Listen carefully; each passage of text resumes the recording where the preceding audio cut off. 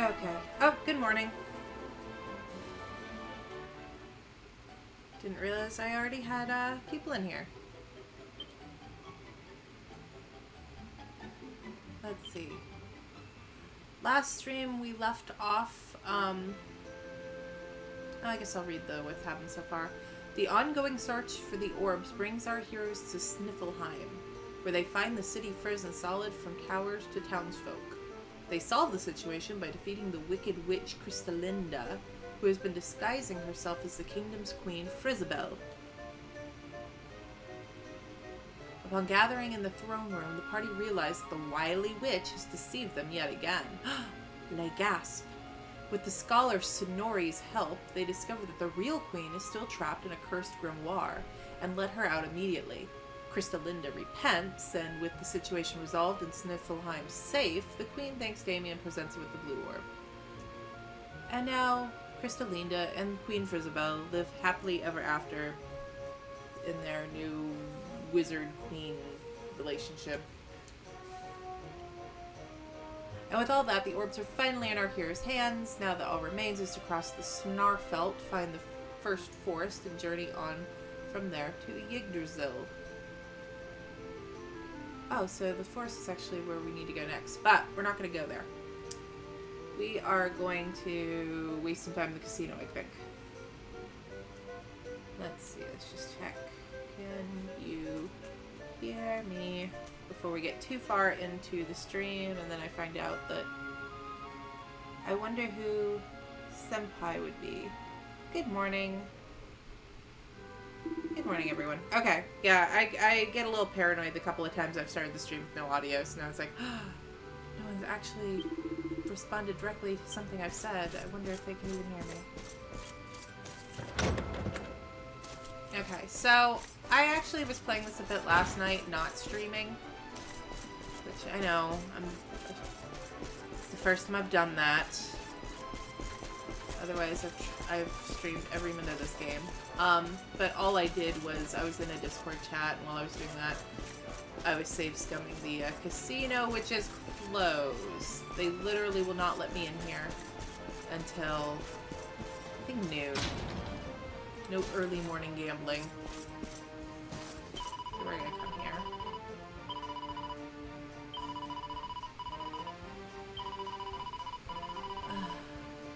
Here, what's the wow?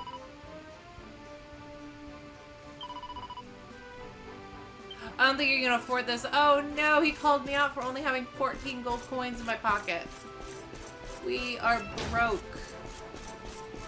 We turned all of our money into casino tokens. I bought about 1,000 casino tokens, and then I've turned 1,000 casino tokens into 48,000 casino tokens.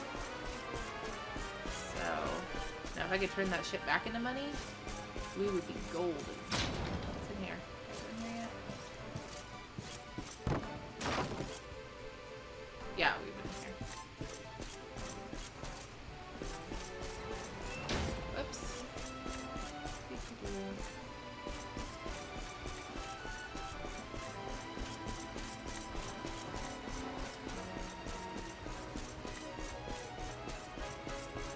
Oh. Oh, they're opening without me. No, I have to be the first one in there. Get out of my way. Shove it. Must gamble.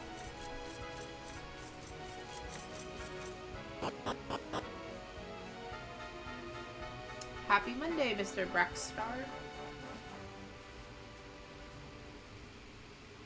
And Mooney JPG and Mike Lucas and Big Keith. Because they're by chat. Woo. Shortcut. Alright. Oh, we got some hot property. So let's go to machine number 2 and see what's happening over there.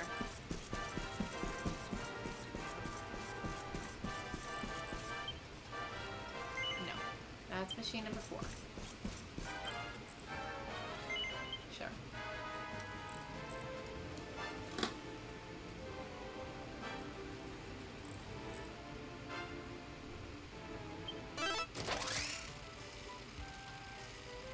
And then there is actually a handy cheat button which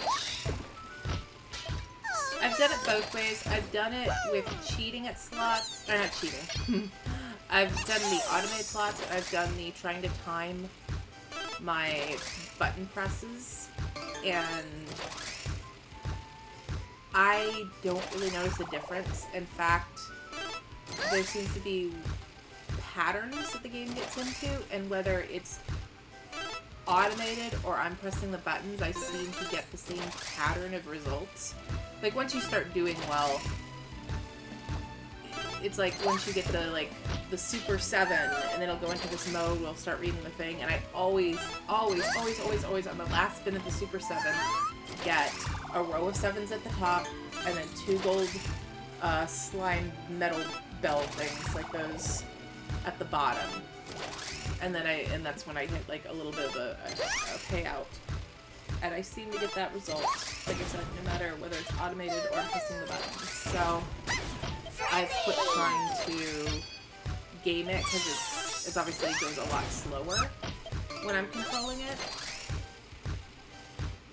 And at this point, I have so much money, it's literally just sit back and wait to collect my winnings. Because unlike real gambling, where you could easily dump all your money into a machine and you have no better chance of winning per percentage on your first roll, or on your like 7,000th spin than you did on your first spin. Like, you have an equal chance of losing. Obviously, this is a video game. They don't want you to lose, unlike a real casino that wants all your money.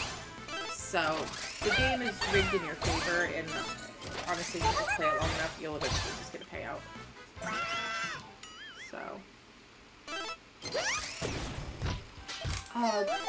Good morning, Daria. Just woke up and nothing like starting the day off watching you stream Dragon Quest XI. Thanks. Oh, no problem, Wes. Dragon Quest. Oh, you know what? You did say Dragon Quest 9. See, look at that. If you hadn't corrected, I wouldn't have even noticed. My head just immediately skipped to 11. Yeah, this is my morning routine too. Like, I even toyed with, like, do I want to stream this morning? Maybe not. And I was having trouble waking up. It's like, no, I need my stream. This is how I start my day.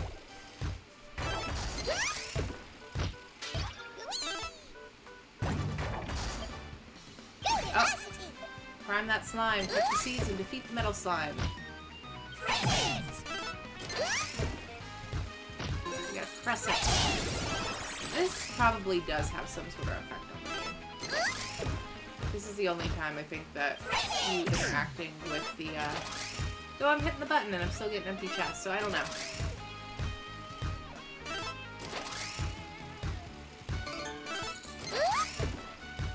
Oops.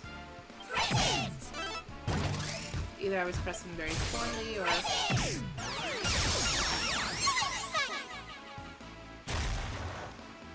Whoa. He just beat the crap out of that, look at that. I lost all those agility signs, but I still beat the crap out of that, Now look at this. I guarantee this is gonna end with 3 7s at the top and 2 golden slime metal things on the second round. That is my prediction. Let's see if I'm psychic. Look at that! I'm freaking psychic! There you go. Automated, not automated, doesn't matter. And now I'm back up to my original number of tokens.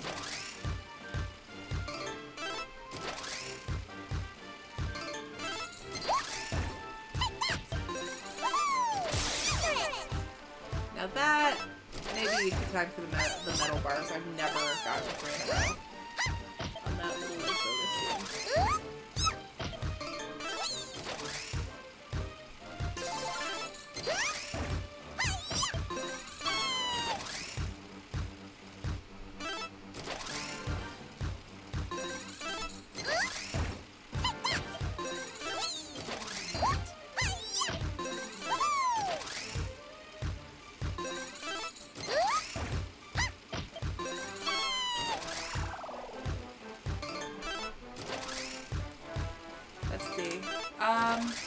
Played till about 1:30 this morning and got depressed with Eric, so decided to quit.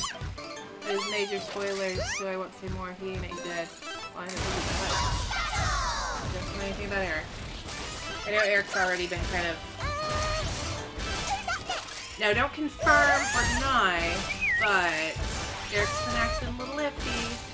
Especially trying to get those orbs. And I noticed whenever we go to a town, he goes off, like, by himself.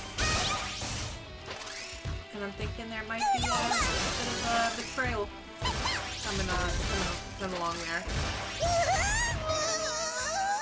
Oh, Ulysses defeated. Oh, he came back to life.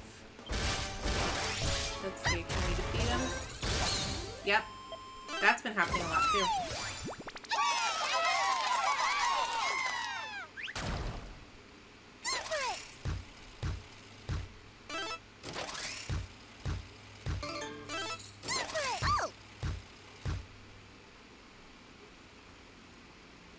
Oh, ran out of my auto. It only does autoplay for 100 spins. I guess it's to prevent you from just letting it run all night. Why?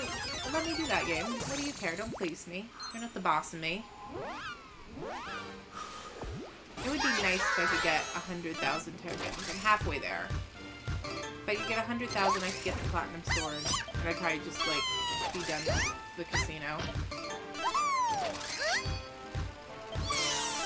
I mean, I could go for, like... Right now, I can purchase the Experience Vest and the Guelph Vest, but I don't think I particularly want them.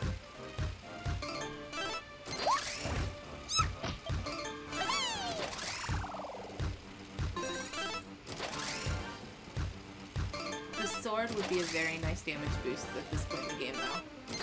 Like, I'm sure it's not the best sword in the game, but it would probably last for a while. Yeah. Oh, Feeding Frenzy! Sweet!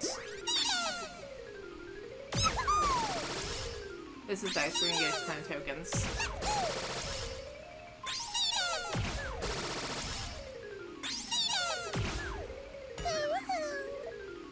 Oh no, nobody showed up. I get 1,200 tokens.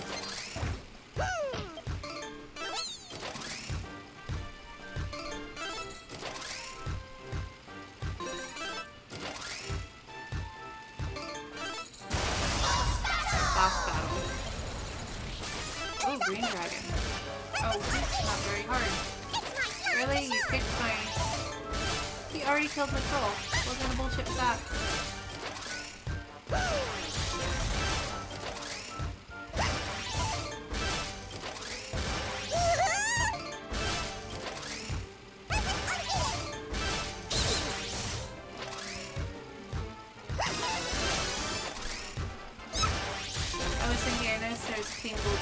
Platinum and 9. The multicolored signs in the Hackosaurus in the casino. Does anyone know the actual enemies in the century? I don't know. Oh, I love the Hackosaurus. He's a cool enemy. Oh no, Ulysses is defeated. He'll probably come back to life though. Oh. Maybe not. Really? Oh. Darn, that sucks.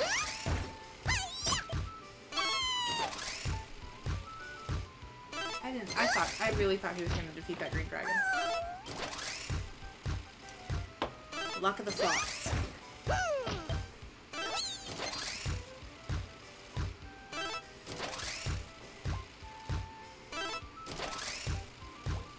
You know, this machine's supposed to be hot. I don't really see it. It doesn't seem to be generating that much money.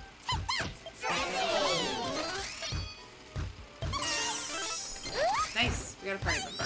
A Sham Witch. I love the Sham Witches. So freaking cute.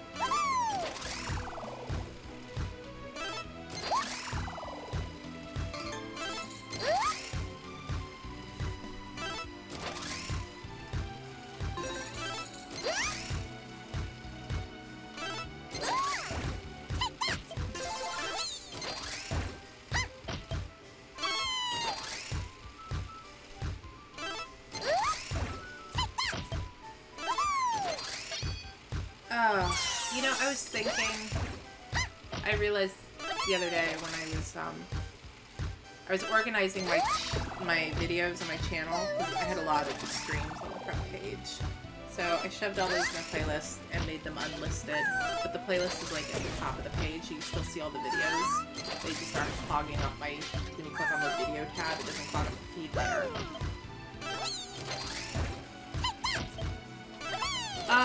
I tried this version of the slots, but it was too much to take in. Had no clue what was going on. Is this better than the classic slots? You know, this slots is cute. I think it's more visually entertaining to watch. And I can automate this one. I don't seem to have a way of automating the classic slots. Like, I have to physically hit the buttons so they're a little slower. But I noticed when I was playing the classic slots, I seemed to be winning money, like, with every couple of spins. So I'm not sure which is, like, actually better. Like I said, I just like the fact that I can automate this one.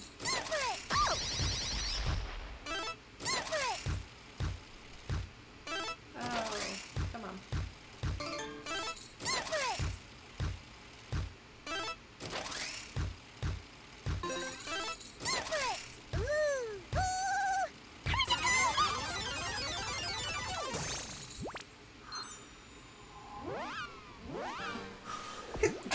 Excuse me.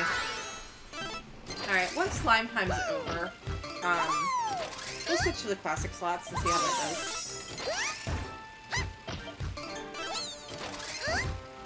Azapod. I had better luck with classic slots, went from 100 tokens to about 64 in about an hour. Okay. Well, we'll try both, like I said. Damn. That would've been cool. No shinies for you, Daria. Good morning, Chase. Oh.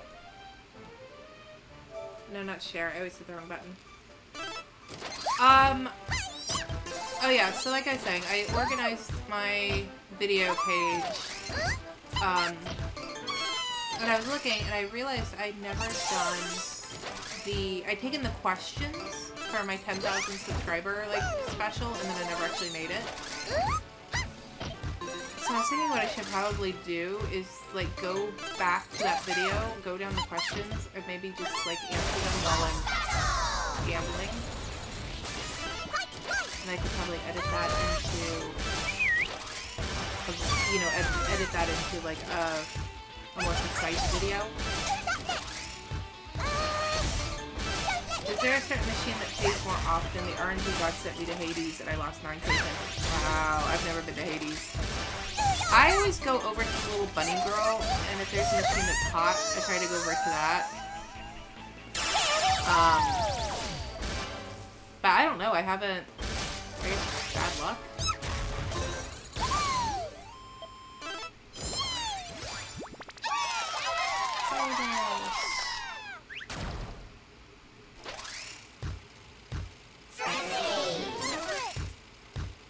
Frenzied. Come on.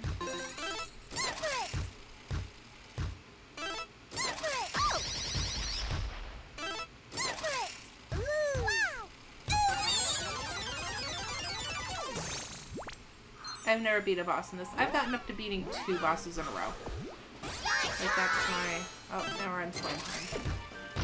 I can't put on slime time.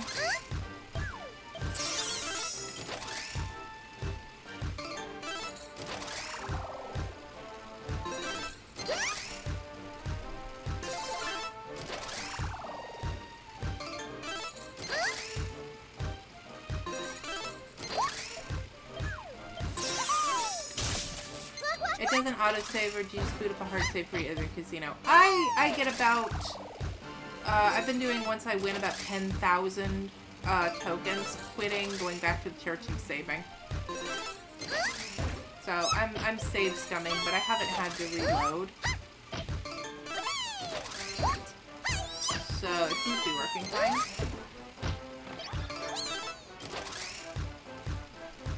It's more of my personal safety net. I feel safer when I save my money. What happens when you get all the orbs in the slots? You know, I did it earlier last night. I didn't really notice a difference. I don't really know exactly what happens. Oh, you just killed all my buddies. Wow, you kicked my ass, Green Dragon. Leaving, re-entering the casino autosaves. Huh. I didn't know that. Oh, what's this? I'm back to life. Oh my. Woohoo! Victory! Alright, let's beat bosses. It's always like, you lose. No, you don't. You win.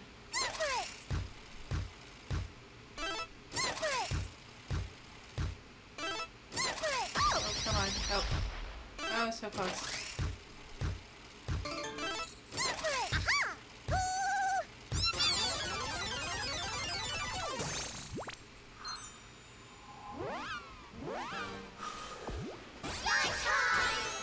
Okay, jeez. This game is not gonna let me quit this machine.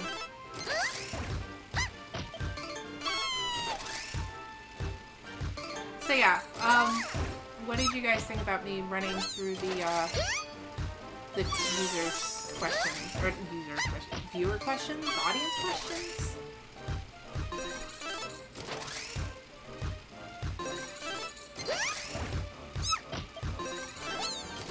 Or maybe I should wait until I have more people watching? Well, I don't know how many people are gonna stop in and stay to watch me gamble.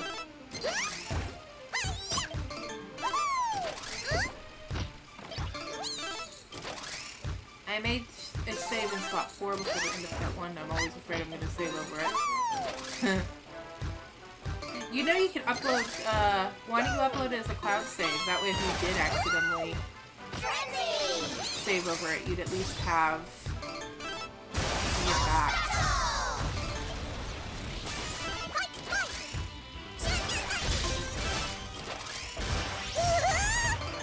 Oh no, I have a skeleton.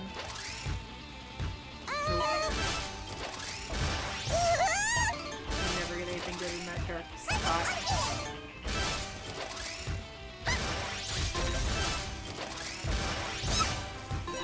Doesn't that require a PlayStation Plus?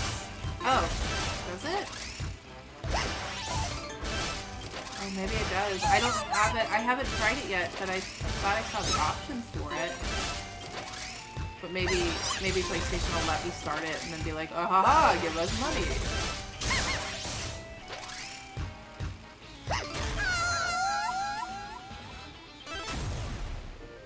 I beat 3 bosses. That's my new record. Jean, wow. Okay, hold on. Let's stop spinning. No, not auto spin. I want to stop. Fine. There. Yes. Okay. It does for PlayStation. Oh, okay. Well, so much for that idea. Give it a spin. Also, did you hear about Nintendo's sick move where if you quit paying, even if it's a day late, all your cloud saves are erased? Yeah. I guess the idea is you buy chunks of subscription at a time and then keep that shit updated. Yeah, I really wish this had a autoplay.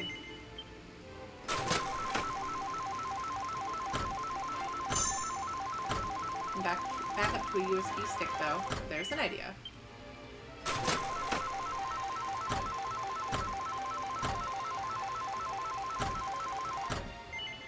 I'm already not very impressed with this machine. Little mode? Nope. Man, I have 1-0. We're moving to another machine. Screw that machine. Let's try this machine.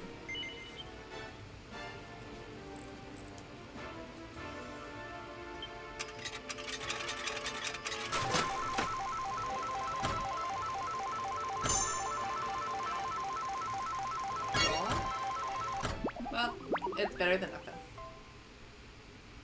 What part are you doing story-wise? Last stream I caught was Thursday. I think you're up to date on the story then. Maybe. Well, regardless, I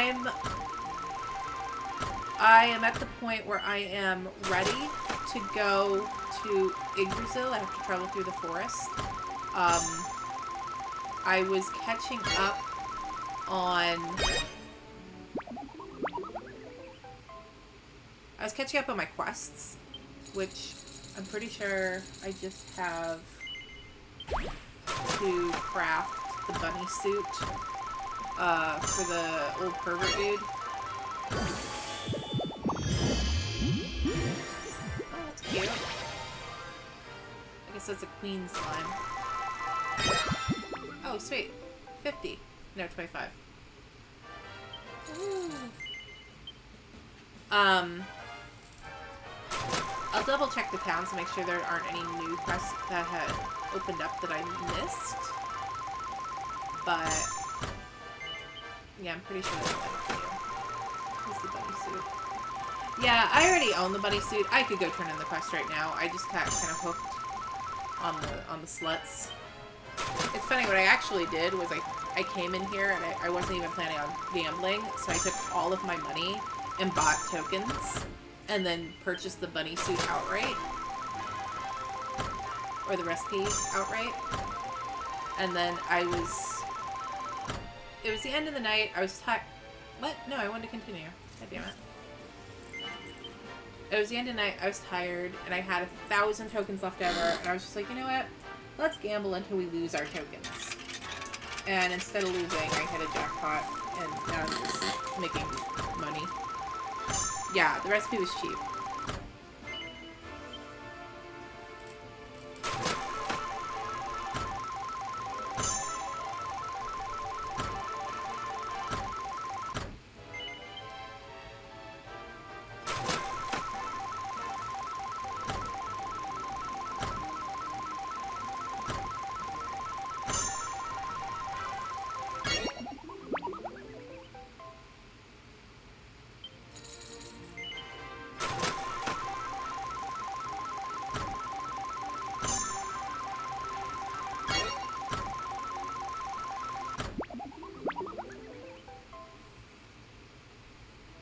Come on, let's hit some metal mode.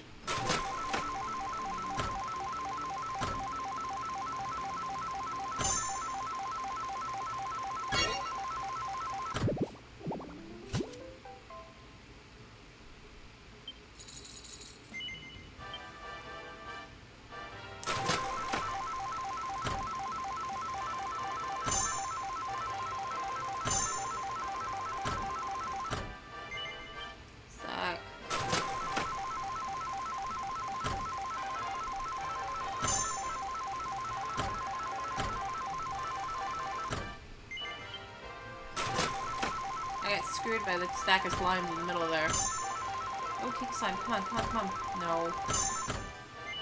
No, it says block.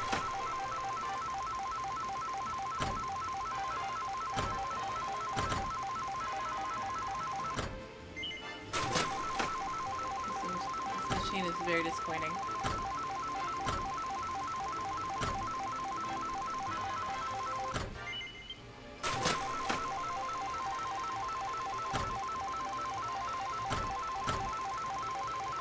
It's too bad diagonals don't get you anything. Holy shit, look at that. Look at this fucking king slimes taunting me. Fat dicks.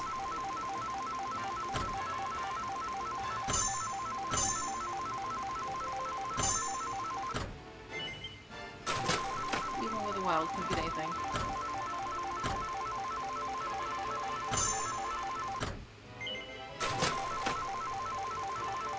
Saigon got a jackpot the other night. Why can't we be so lucky? I know, right?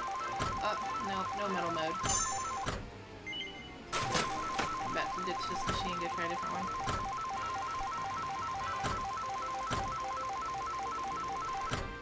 Yeah, this machine's stupid. Okay, let's try the middle machine. We will find a good machine. Why can't I have that? Look at that. It starts on 500 tokens. Or times 500.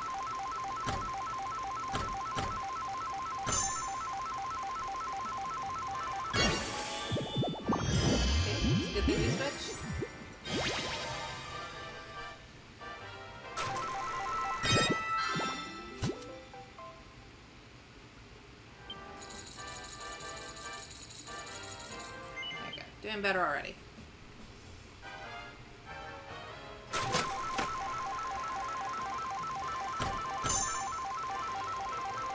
Oh, no item. Or no treasure mode or whatever that is. I got a treasure mode earlier. I think last night I got a treasure mode that gave me 1,200 tokens.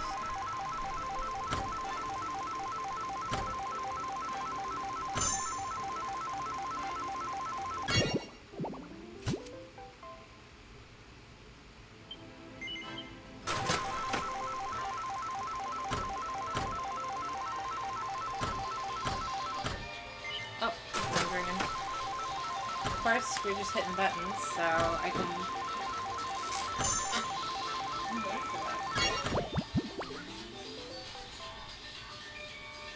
Or New Jersey.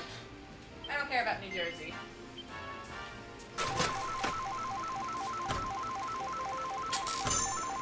Nobody I need to talk to is calling me from New Jersey.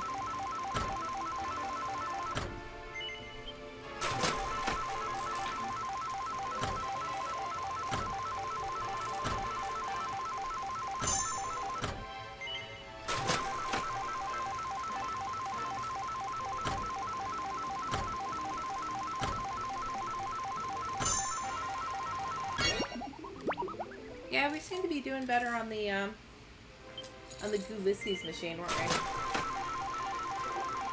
It was fun.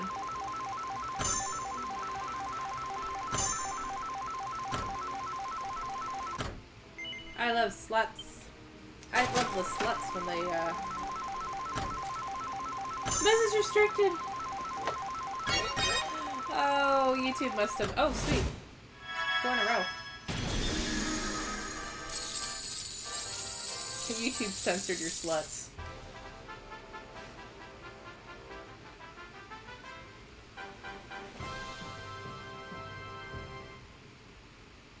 I love the sluts when they put out... How much are you putting out today? 1,200 tokens. See?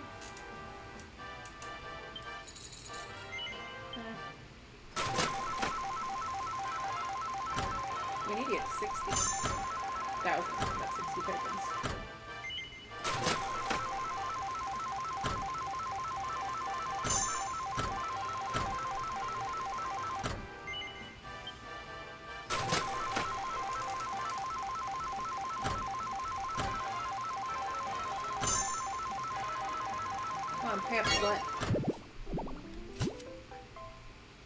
That's not what I meant, but I'll take it. I know, seriously, I was getting so many metal modes last night. I eventually just, like, had to go to bed. It was going to be, like, almost 4 in the morning. I was like, no, I can't keep going. I have to sleep. And then I was almost late getting my kid to school this morning because he took the phone and turned off the alarm. And I usually get up at 7 to get him going to school, and I didn't wake up this morning until 7:30.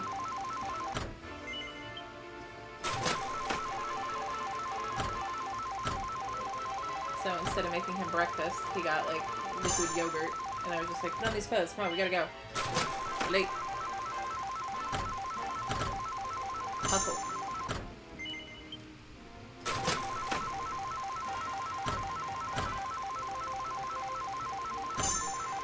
Metal mode, metal mode! Metal mode! Woohoo! Metal mode!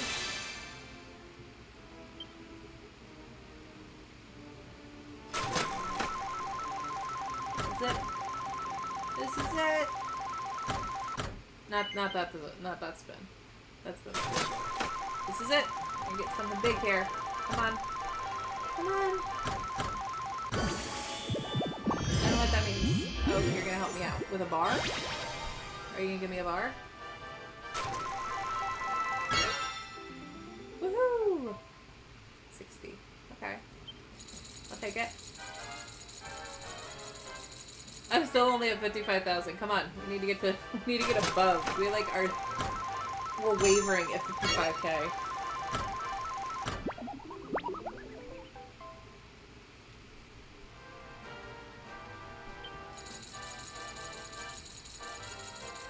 I'm so excited you're excited about this game. I am excited.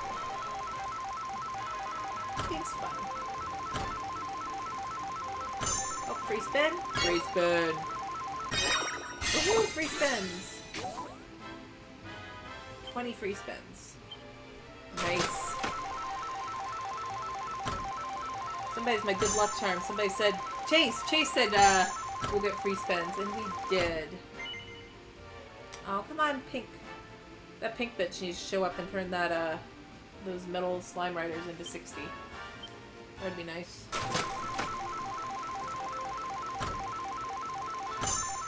Wild. Aww. Woohoo! I'm not sure what just happened there, but we get 6. Oh, it was a wild. I didn't even see the wild token. That's fine.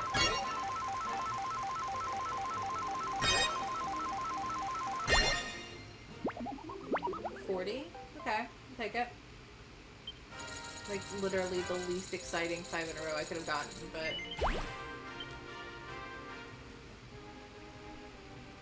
Casinos and Drunk Clubs are dangerous. A rabbit hole of getting it, of gambling addiction. At least gambling addiction without any consequence. Oh, do I get more silvers? I'm already in math. Okay, now we get 16 silvers. Nice.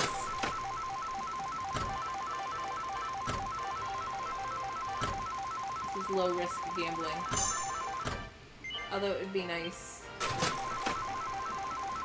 to actually win $50,000. I'd be cool with that.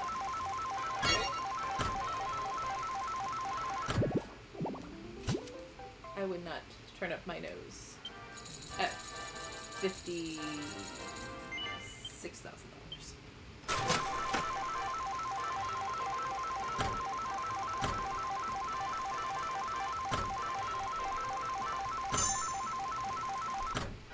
Ah! Damn it, I wanted that stack. Come on. Come on, Metal Mode. Be kind. I want the single slimes. What are you doing to me?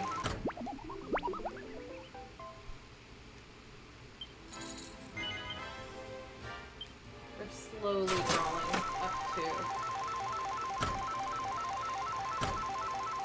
Come on. Mama's gotta buy a platinum sword. You bitch. I've never had any luck with these. Not sure if there's a secret. My secret is just dump a ton of money into it and eventually you'll win. That's my system.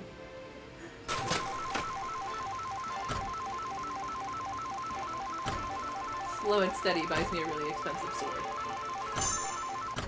Oh, you bitch.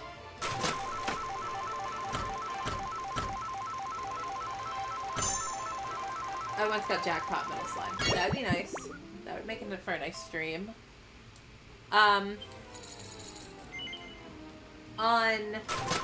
Usually when I'm playing Dragon Quest games, I'm usually emulating, in which case my secret to the slots is save stating. But that's not an option here. You gotta play by the rules.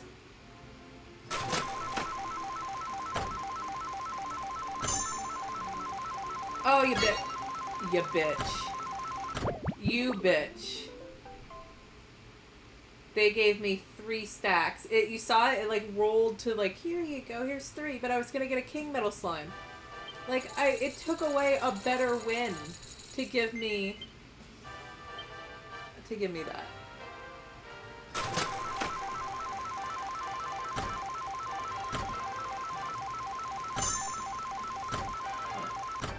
I almost got another 16 silver, or 10 silvers.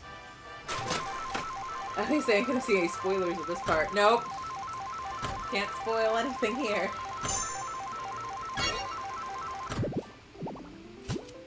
Unless there's like some super secret casino thing we unlock.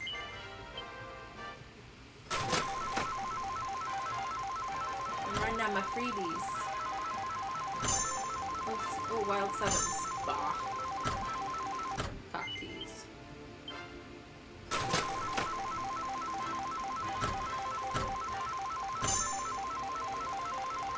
Really? Wow, thank you so much for the wild slime. How far are we exactly? We're about to reach Yggdrasil. Which is somewhat of a point of no return. For quests, anyway. Apparently, if I don't get my quests out of the way, I'm gonna lose them. So...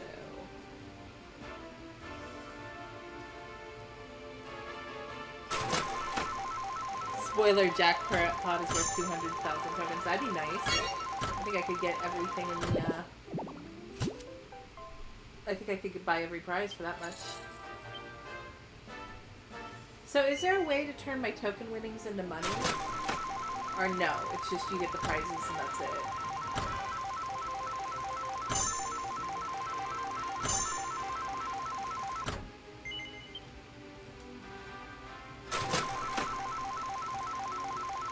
Oh yeah, that's about the halfway point, I imagine. Yeah. So not bad. It took me about 40 hours to get to the halfway point, which makes about sense, because I read this was an 80-hour game. And there's some quests you can complete after the tree. Okay. Well, we're just playing it safe then.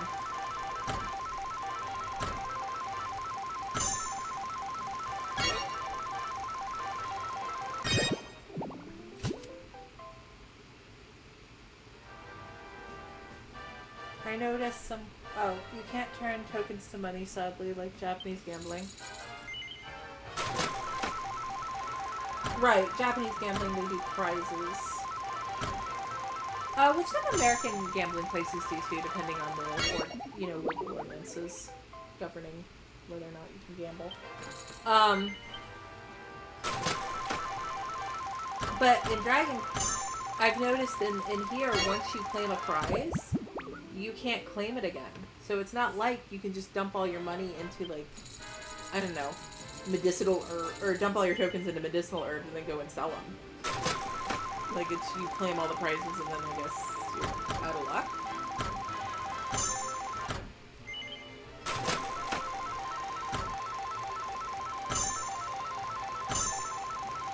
That's only 80 hours if you don't do the post-game story. Oh, we're doing the post-game story. We're gonna be with this game for a while. I need to come up with another video, that I can use this game for. I've already did my initial review on the new gameplay mechanics and all that. Which sadly is not getting very many views. I was hoping that would do better, but I guess I was way too late. Too many people covered it. My video was way too late coming out, so it's not, YouTube's not going to help me with algorithm. Finally, 60,000 tokens. Only the blue colored prizes you can get once. Oh, so we can, okay. So we can kind of. Adam Korb, love your work, Daria. Thank you. Thank you very much. May not have as many views relatively, but it's quality content. Yeah, people seem to really like it. The people that are watching it, I'm getting a ton of, thumbs up for it, and a lot of positive comments. A lot of retweets on Twitter.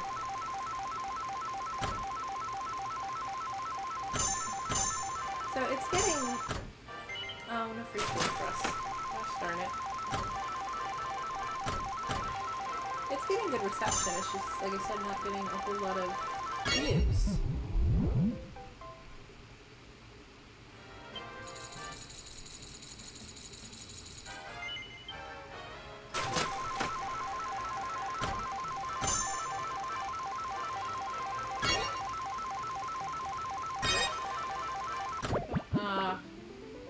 Almost times 100, that would be nice.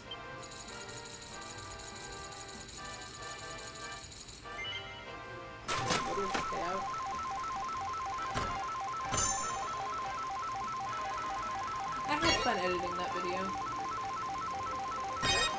It was fun going through the footage and trying to find out, like, oh, there's so many good scenes in this game.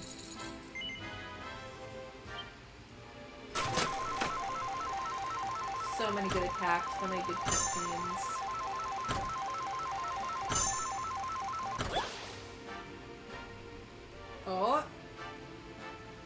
Oh. Damn it! I thought that Pink Lady was gonna show up and give me, like, 5 free spins. Damn it. I think the views will come in time. Amazed how openly under the radar some YouTubers are. It's my own fault. I was getting really good views for a while on a couple of videos back to back, and then I took an extended break from making videos, and I should probably not have done that.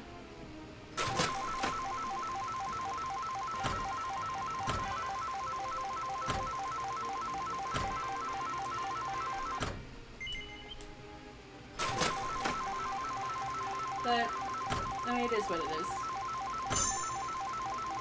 There's an ebb and flow to YouTube success. It seems to come in spurts. So right now I'm in a bit of a lull, and then I'll put out something that'll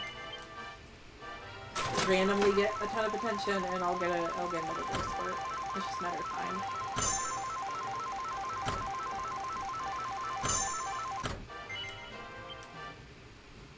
But like I was saying, this game is so popular right now, while a review didn't necessarily do well, if I could come up with another, like a topic video to cover about it, I think that would be better.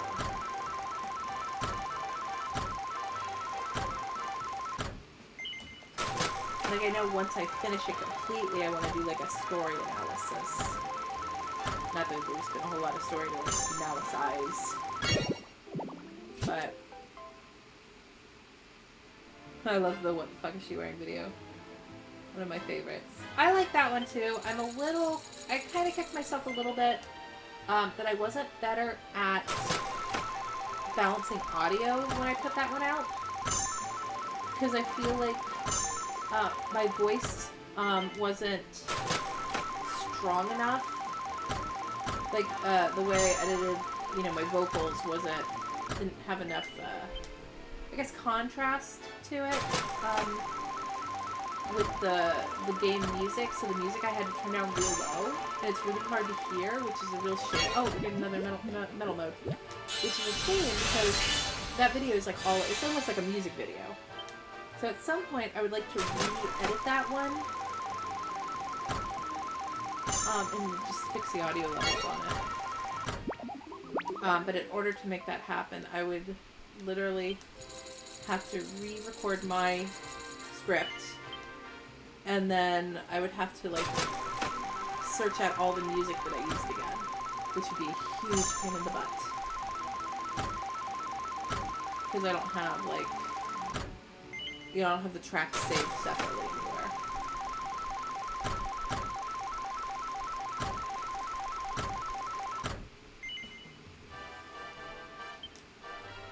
Oh, trust me, the story will come. Yeah. I imagine. Well, so far it's been kind of set up a little bit like, pacing-wise. It's been a lot like Dragon Quest VII. Where literally the first half of the game, you're running around doing all these little individual stories. Like, there's kind of a main quest going on in the background. You know that you're working towards something, but you're running around the world seeing the lives of these town people, and you're helping them with their problems, and there's like a vignette for every area you go to, and that's how this game's been set up. And then you reach the halfway point, and then it's like, bam, here's the story. Shit was going wrong the whole time.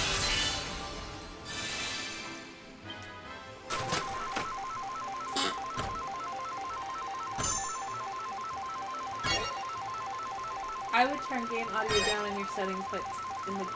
Oh. Good point. I have the music turned down. Of course. Alright, once we get out of metal mode, I will fix that. Because obviously when I'm playing the game normally, it's not just constantly spinning and flashing and making all the extra noises that the gambling part is making.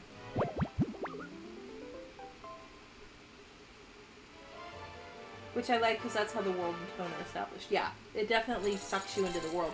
So by the time, and it's a good story narrative, like a story structure, because it gets, like you said, it gets the player engaged in the world. Like, you really care about this world and these people.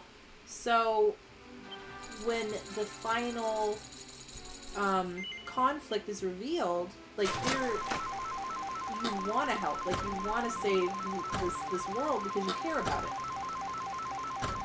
And I think too many games assume that it's like, well, here you go, here's the world, go save it, and you're like, well, I'm not invested in these people. This is a foreign. This world is foreign to me. Why do I care?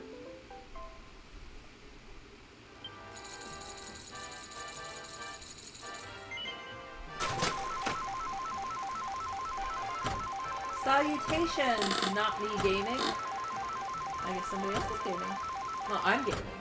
So I guess clearly you're not gaming. That was something cool about 8. The plot for most of the game is entirely self-serving. Yeah, 8 was just like the king and Medea running around like, okay, let's get turned back to humans. How are we gonna do this?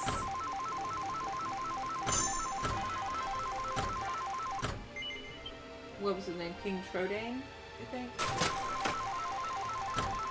King Trodane and Princess Medea just run around trying to fix their predicament. Oh, I guess we're gonna get 3. Nope. Oh, okay. Yeah, that works. Okay. Oh, I'll take it. Take Dragon Quest 1. Trode. Yes, King Trode. Something like that. It's been forever. It's been too long since I played Dragon Quest 8. It's funny, playing 11 is, like, has made me, like, kind of really want to play Dragon Quest 8 again. Like, I had so much fun with that one. That's right. Oh. Being apathetic while playing a JRPG you want to enjoy sucks. Yes. Is this Dragon Slots 11? Yes, we're playing the Dragon Slots.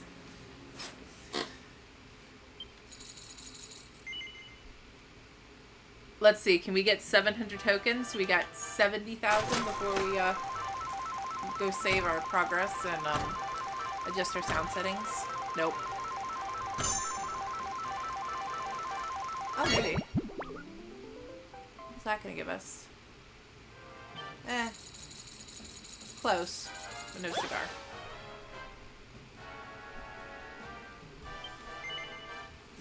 No. We're going to... A word for carving an even closer path to gambling glory with the help of the regular slots. I don't know if you have to win a certain amount of money before it opens up. Like right now, I'm not allowed to do the 100 slots, which is where I want to be. So I don't know if this opens up at a story point or a progress point within the casino. Okay, let's go to MISC. System settings, volume, sound effects. We'll turn that to we'll try 5. Usually I turn my music real low, sound effects middling, and voices all the way up. It's like my standard setup for pretty much any game I ever play.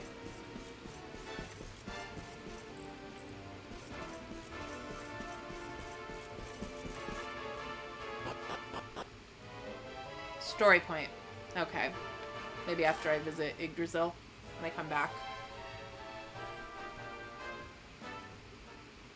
I guess they're trying to stop me or deter me. Not really stop me because it won't stop me, but I guess they're trying to deter me from getting that platinum sword before I hit a certain point in the game. I'm gonna save. I love this church, by the way. Because this is obviously like the casino town. This is like Reno or something, or Vegas. The church, it literally is like this pretty little wedding chapel.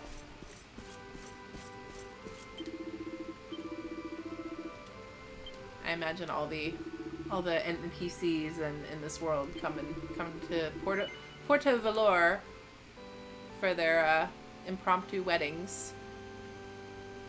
They should put a little like divorce office somewhere else in town, like this dingy little office. Be like, okay, we're here to annul your weddings.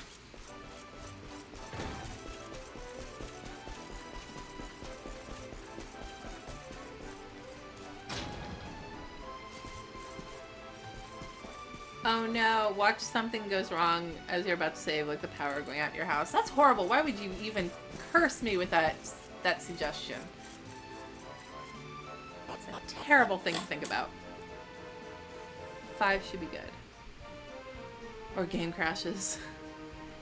Does the game quick save at certain points? Yes. See, like it just auto-saved. You can see in the corner there.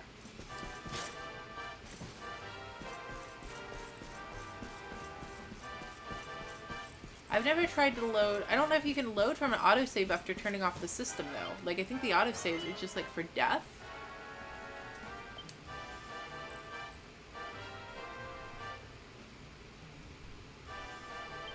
Okay, let's see how this machine does. Interestingly, the bunnies don't give me information on the regular slots. Like, I get, like, stats and hints on which of the Gulissy slots I should play. But the regular slots just like, okay, have fun.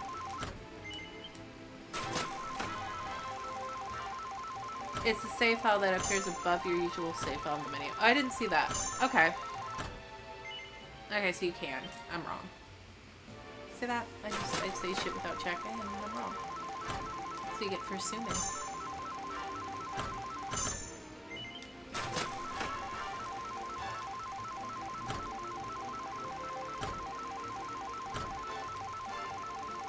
That's sad. I don't even care if I get a jackpot. I don't need a jackpot. I just need about 30,000 tokens. Which should be doable. I've won twice that already. This is the... I think I've spent now more time grinding in the casino than I have spent grinding any monsters in the game.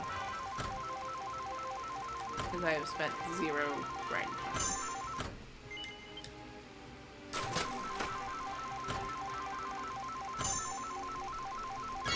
Oh, cool. Well, we're gonna get 1,000.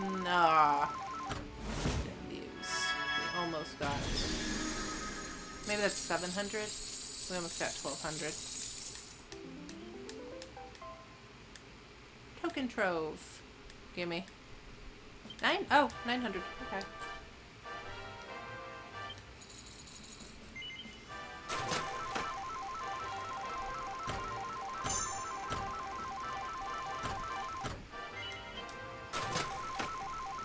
Honestly, this game wasn't too grindy monster-wise, surprisingly. I really think that they made this version easier. Like, because Dragon Quest is usually pretty damn hard. Like, it's got some tough boss battles, and I'm not really seeing it in this installment. But they've added that Draconian hard mode. So I think they just made the game, in general, easier. Probably to appeal to a wider audience, I would think. You know, like a casual mode almost. And then it's like, okay, veterans, you can play Draconian mode, have fun with that shit. Your funeral. Can you get special model changing costumes for all the characters in the game, or is it just certain? All the characters. All the characters have model changing costumes, and they have multiple model changing costumes. Although to be honest, I've only seen one for Rab, so I'm sure he's got to have more, but everyone else seems to have a couple.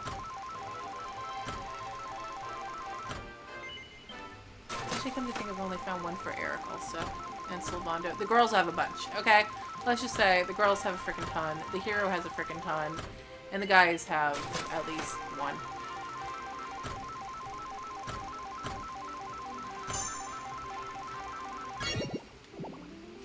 I mean, it would make sense. You gotta think that the core audience for Dragon Quest, I mean, it's a game that people grow up with and stick with. So your core audience just doesn't have as much time for gaming because they're now adults with jobs and responsibilities. So if you release a game that's easier, you know, you can get, even though it's an 80-hour game, you can still have somebody sit down and play it in, you know, short installments and experience the story without having to devote, you know, sink hundreds of hours into it. Unless they want to, but it's still, it makes it more accessible, I think.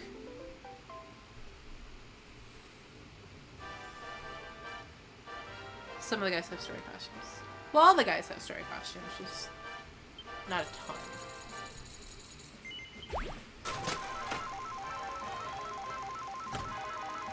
Hello from Japan.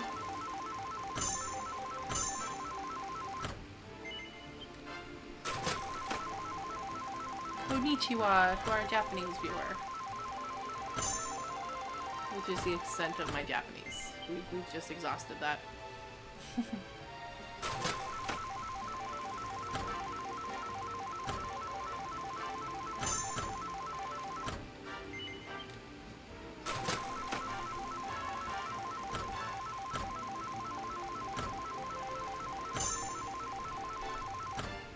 I like how on my screen, not on my TV screen, but on my computer screen, I have a YouTube notification that came up at some point while we were talking.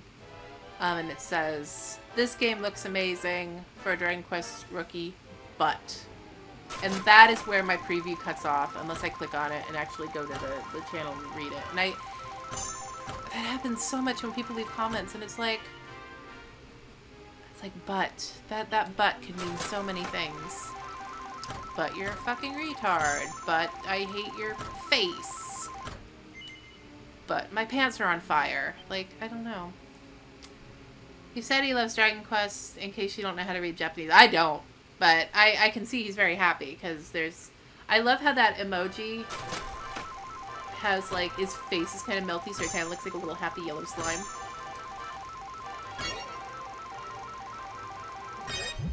Woo! 50. I'll take it. We'll ship that.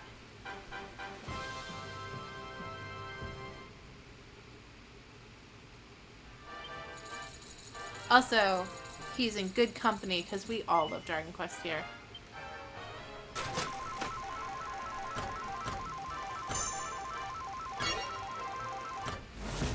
Okay. And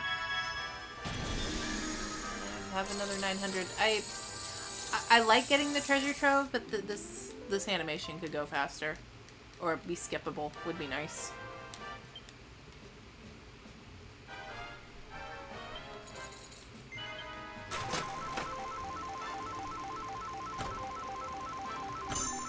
Oh. Ooh. Oh, we're getting metal mode. Hold on to your pants. It's gonna get metal-y. Okay. 9 spins. Ugh. We need some freebies. Yeah, there we go. That's what we wanted.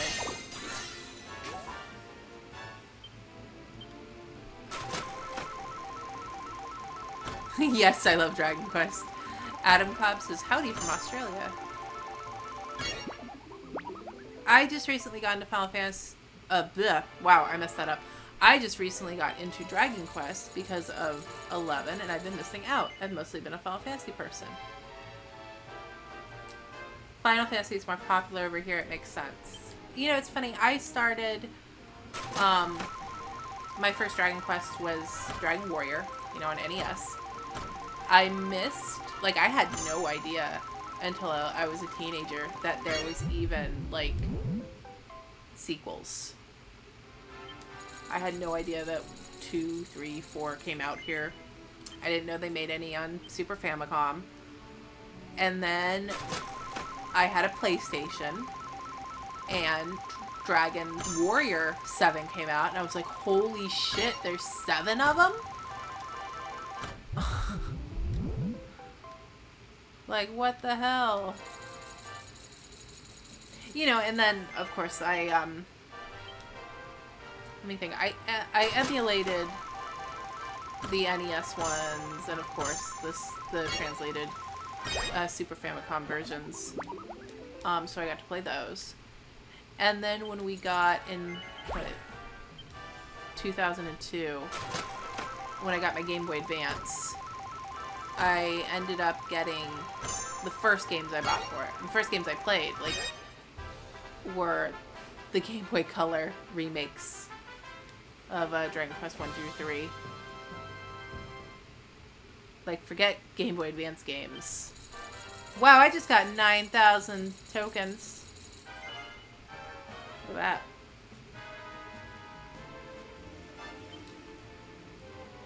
Yeah. That was pretty sweet. My friend told me 4 through 9 came out on DS, 3DS, and I was like, what the fuck, I need to get them. Yeah. Yeah, it is nice how, Square Enix has been, really good about getting those ported. And keep, people playing. Aw, damn, we almost got 5 free spins.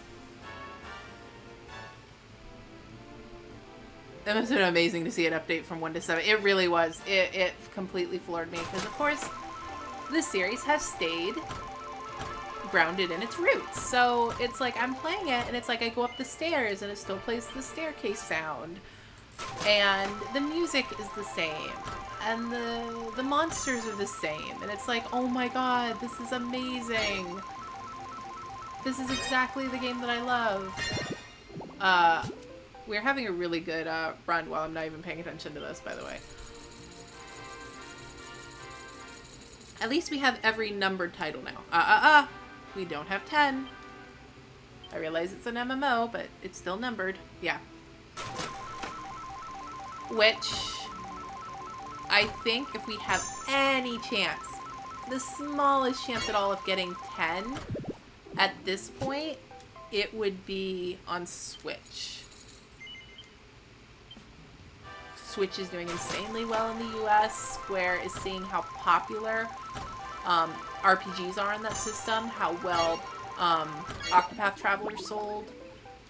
I mean, they just dumped all their Final Fantasy games on it. I think we might have a very good chance of getting Dragon Quest X as a Switch MMO, which would be amazing. But we'll see.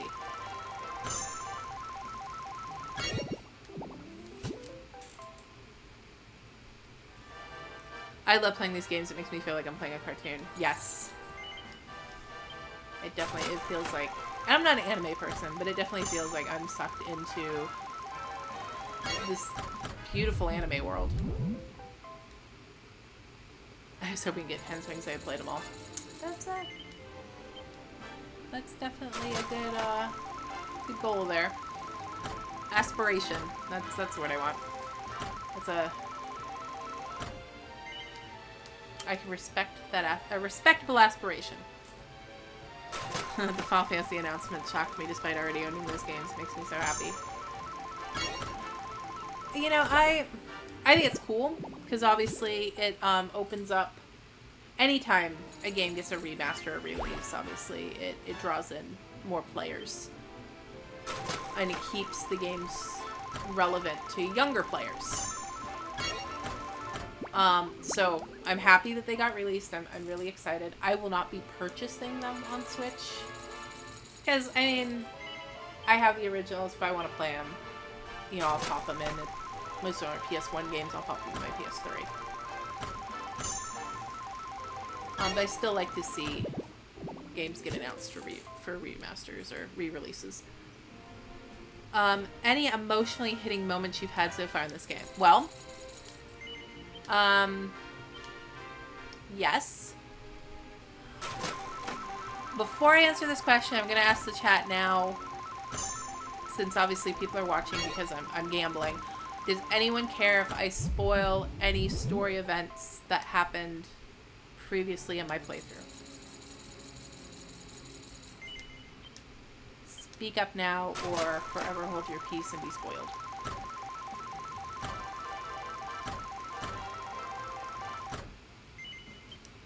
Muted. Okay. Mr. Brackstar is muted. Okay, so the story event that's hit me the hardest so far. Oh, Mooney says no spoilers. Oh no. Okay, maybe I can do this in a roundabout way.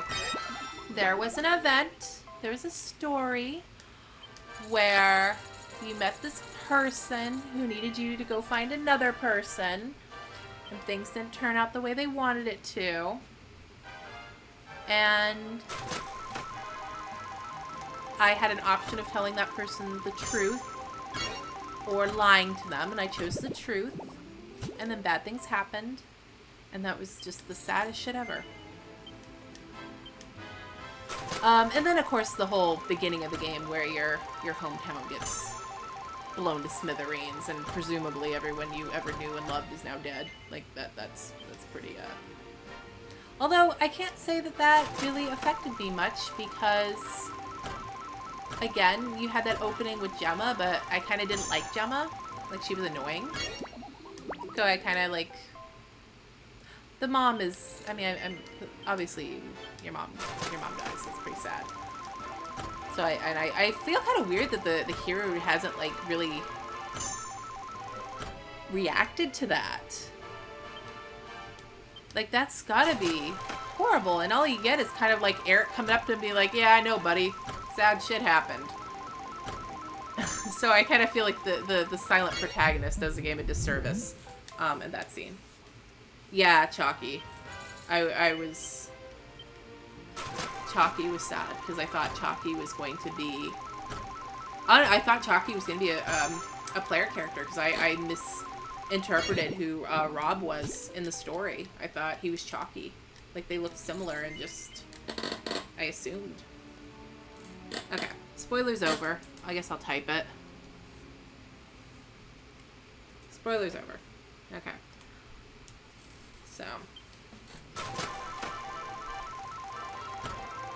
anyone who had their headset off or muted are safe to come back. The word slots at the top of the machine, if you notice, has the same colors as the Google logo in that order. I think it has something to do with the 4 elements of fire, air, earth, and water. Oh, possibly. Although, to be honest, I ended up kind of the way I described the spoilers wasn't very spoilery. So I guess even if anyone comes back and watches the stream in the, after the fact, they're still pretty safe.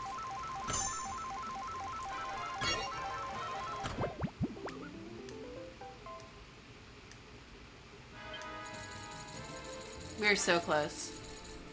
So close. I just need 10,000 more tokens. And we are buying our sword. And then we're going to call the sluts a day. I did know what you were talking about, though. Agree. 100%.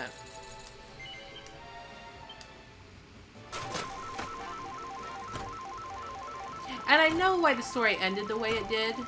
Because obviously it's based on, you know, another very famous old story. That's just, I mean, the original story was freaking sad, so...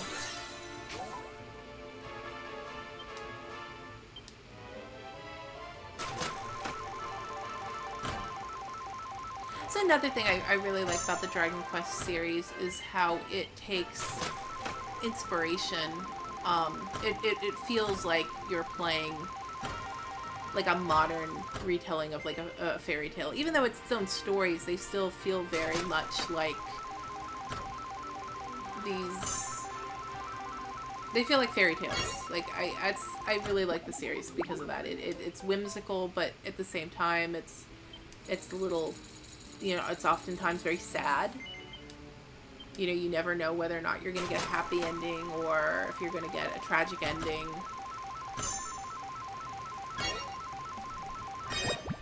There's some pretty dark stuff that can happen. Ever since I heard you say sluts, I keep hearing it when you say sluts. Well, because half the time I am saying sluts. Like, I just call them... I do that on purpose, so... You get a 50-50 chance of whether I pronounce that correctly, or for funnies, I say the word slut. Come on, kitty.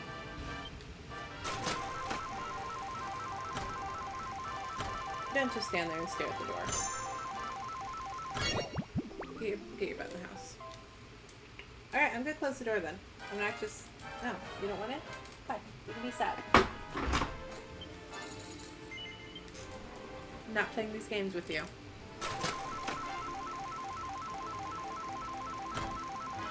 First time I ever cried in a game. What's the first time I ever cried in a game?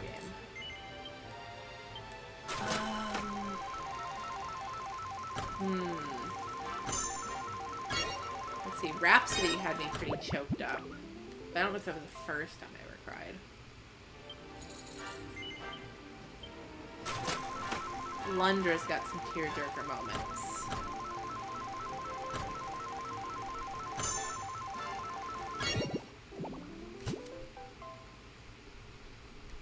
Seven's really, yeah, Seven is so sad. Especially, I think, that town, and this game reminded me of it, although this game didn't go the sad way it could have, when I was in the you know, when you go to Sniffelheim, but I was reminded of Seven, where that island where everyone has been, hit by the rain and turned to stone. Like, that was just such a heartbreaking scenario, and then they turned it into... And it's funny because for such a sad story, all it was introducing the, like, town building minigame. It's like, really? You ripped my heart out over... Now you get to go around the world and recruit NPCs to move into your village. Yay! Enix has no shame.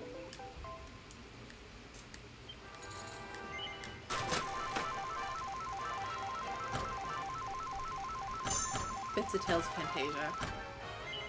Oh gosh, it's been so long since I've played Tales of Fantasia. Oh, holy shit. Woo! How much fucking money is that? That's better than 4 sevens. Like, the only thing better than 5 bars is 5 sevens. So this is like the mini jackpot. 18,000. Woo! Well, we're buying us a platinum fucking sword. Alright. Well, we got 3 more silver spins left. Yes, the town recruiting is very Breath of Fire, which is another... I am all about town recruiting in a, as a minigame, as a JRPG minigame. Town building, too, which is one of the reasons I really like Azure Dreams on PlayStation. Like, that was fun. Like, it's such a silly game, but going around and upgrading the town and fixing it up, a lot of fun. Congrats on breaking 100k. Well, oh, we have 1 more silver spin. That we're done. Without getting into it, implying anything, Dragon Quest XI is probably the darkest Dragon Quest I've played. Alright, so my question for you then, if it's, like, you're saying it's the darkest, have you played 7? Because I need a litmus gauge here. Alright. Awarded for amassing a haul of 100,000 casino tokens. Awarded to the get-up-and-go gambler who gives it their all and wins all kinds of casino-related accolades. Okay, so... I'm gonna go get the sword, which is still gonna leave me 10,000 tokens, which is plenty for gambling. Yeah, it's gonna leave me 1,300 or 13,000, which will leave me a lot for further gambling. So then later I can come back and try to get the... See, I'm not using lances, and I'm not using swords, so I don't particularly want either of those. The spangled dress would be cool, but it's not a costume changing item, so I don't particularly want that. I could get the snazzy waistcoat and the glitzy but I'm not really, I have no use for gold, because we're crafting everything. And I haven't needed to grind, so I don't even think the experience vest is all that important. And this is worse than what we have. So literally the only prize I really, really want is right here, and now we've gotten it. So, give that to him. Sweet. So he is going to do... That's going to be really nice against upcoming bosses. Look at that sword. That kind of matches his armor, doesn't it? Like the gold and steel. And look, it even has like that red emblem on it. He's got a red emblem right here on his chest. So I feel like this is almost like... The gold, it's a little... I feel like one of these is gold and one is brass, but still. It's a pretty good match.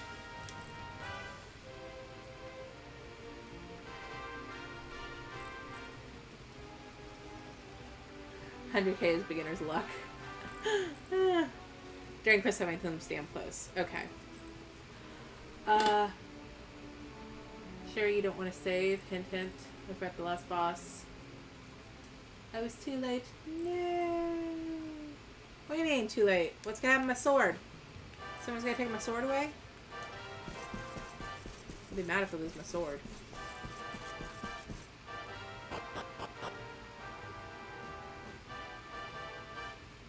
Oh well, it's only money. Whatever. What's the worst case scenario? I have to spend another night grinding in the casino? Oh no. Dragon Quest V is child slavery.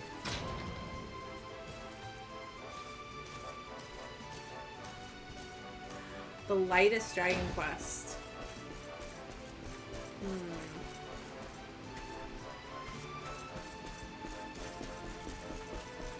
That's a good question.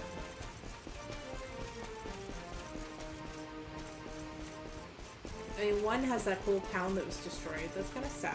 Not that you really get to see the town, but... Where am I going? I'm going for the church.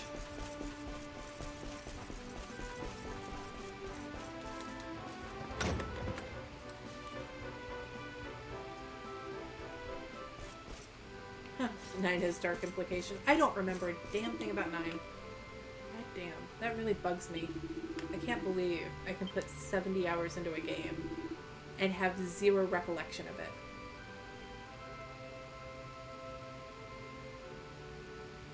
Oh.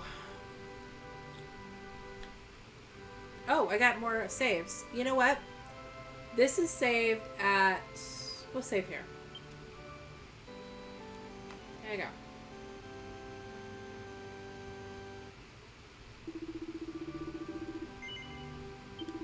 Rocket Slime's pretty light, if we're counting spin-offs. Even Dragon Quest Builder has some pretty fucked up sad moments.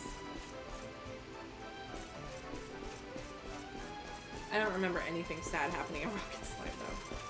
I think that game was just like a vehicle for bad slime puns.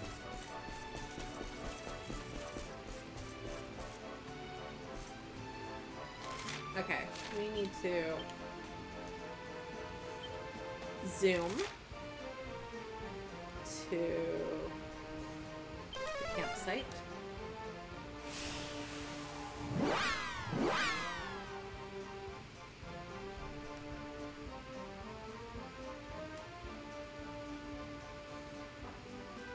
Tactics is light. Tactics.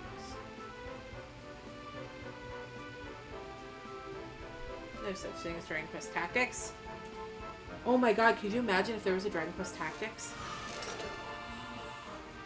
It would have to be monsters. Like, I would want monster teams. I would want a Dragon Quest Tactics game where I could have, like, an army of slimes. Why haven't they made this? Why can't I have, like, I would have saber cubs and slime units and hackasauruses. Oh, I want this. There was on the 3DS eShop? What?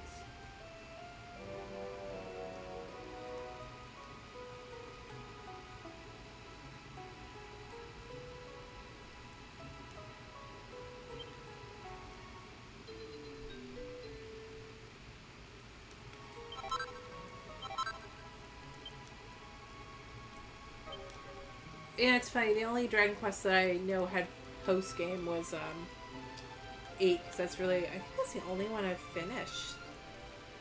I can't remember if I finished 5 or not. Forge weapons. Forge armor. Oops, no. We want those. We are going to make the... Oh, we don't have green eye. We need a green eye.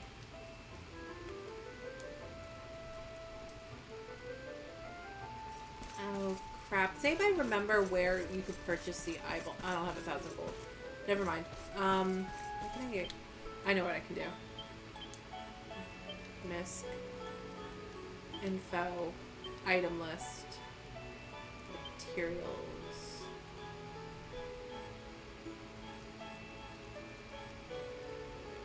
There we go. Green eye.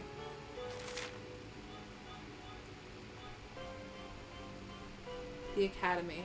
Alright, let's go to the academy. It's easy enough.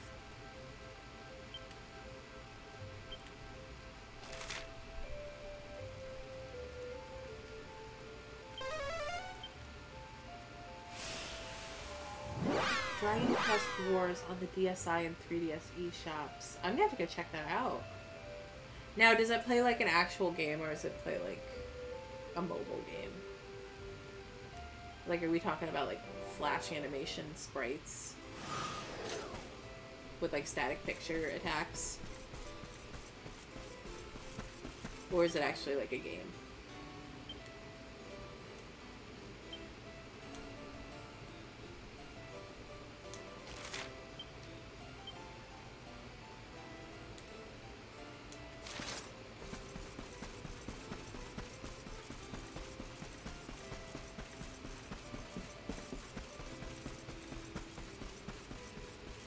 An actual game with animations. Well, shit. I have to check that out.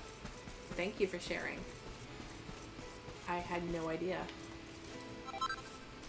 Sleeping Hibiscus. Really? That's what I came here for?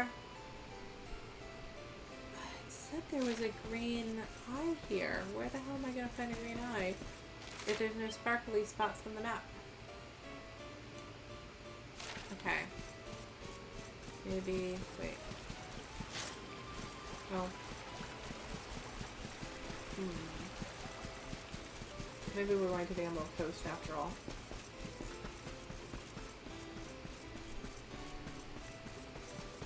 I, for one, ship the lip slugs with the hero. Oh, no, not lip slug. I respect that theory. I ship Eric with the hero.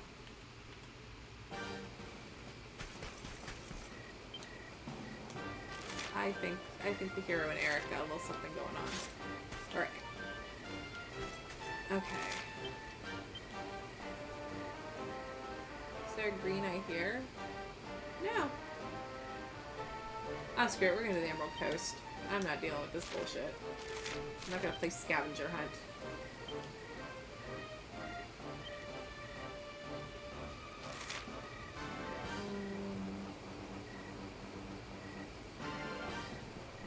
Emerald Coast. Here we go. Eric, not Slavando. See, Slavando, I think it's just a slut. Like, I don't think he's really, like, discerning in his partners.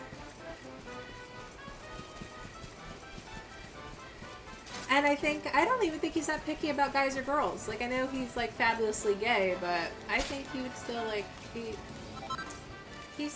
seems like he's just in it for a good time. Like, I don't think he's real picky. Eric, though. Eric and the hero have a special bond.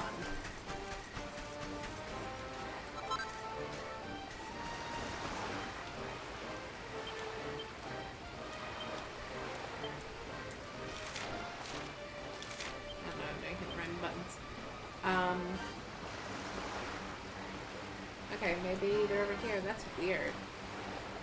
My item's like, go over and look for that. And it's like, okay, but where are they?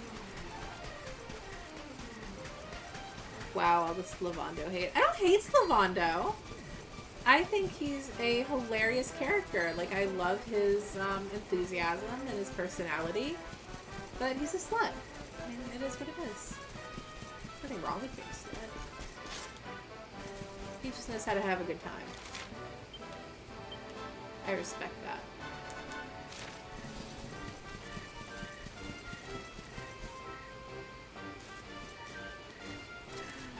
Sylvando actually does have a touching story arc, and when I say touching, oh my.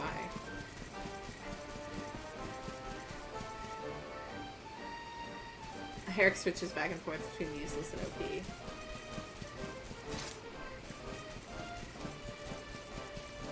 Even at Eric's most useless, he's still a good, he's a useful thief.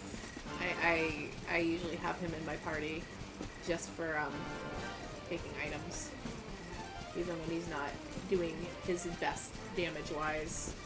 Okay, you better have a green eye over here, buddy.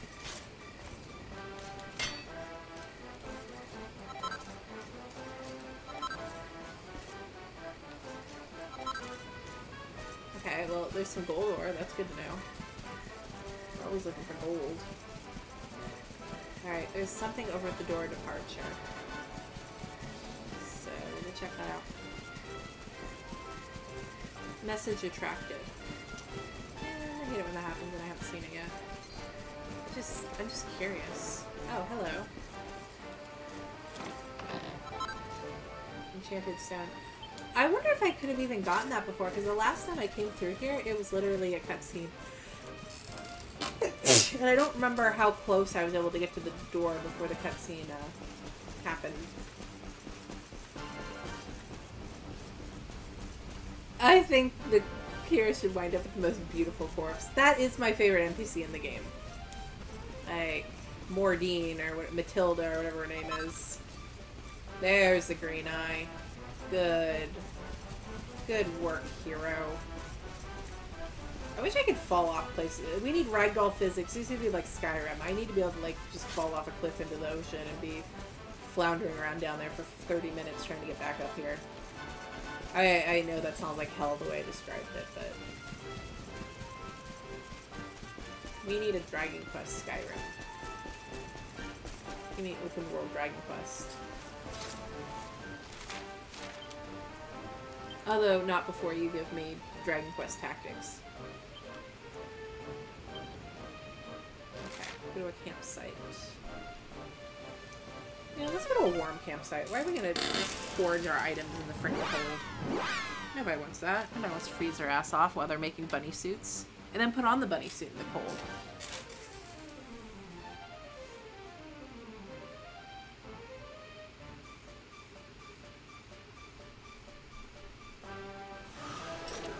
I was in part 2 when I changed it up.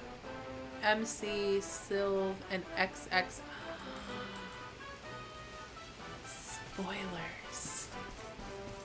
Although I made the mistake of opening the Dragon Quest Reddit earlier this morning, and although I didn't see what XXX was, I was alerted to the existence of an XXX.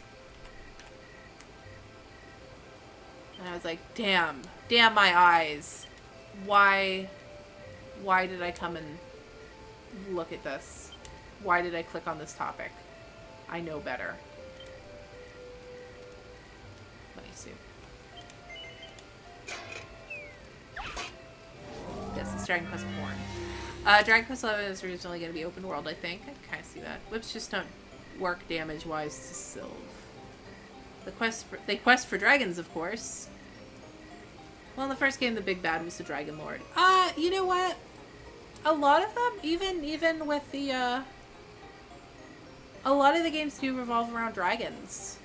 Like, there's usually at least, you know, some dragon boss, or there's some evil dragon wizard. Even if he's not, like, the main bad guy, he's usually there.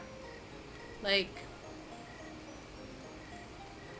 And I think Dragon Quest also, like I said earlier, this game kind of feels like like it takes place in a big fairy tale world, and I think the name kind of hints at that, even if the game itself isn't necessarily about questing for dragons.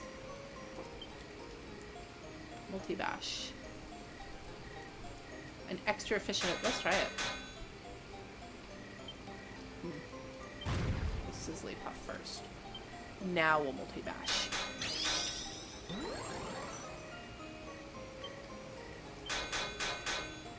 Oh no, we overdid our multi-bash.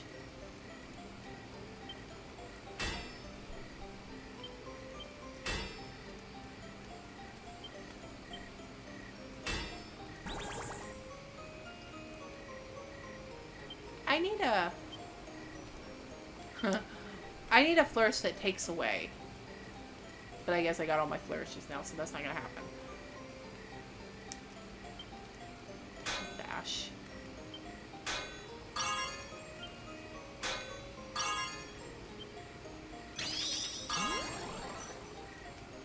Well, I don't want to double any of my strikes, so I guess I'm done. It turned out alright. Darn. You don't get a really good bunny suit. Oh, I guess I should have showed your comment. I forgot. I can read the ones that are, like, flagged, but...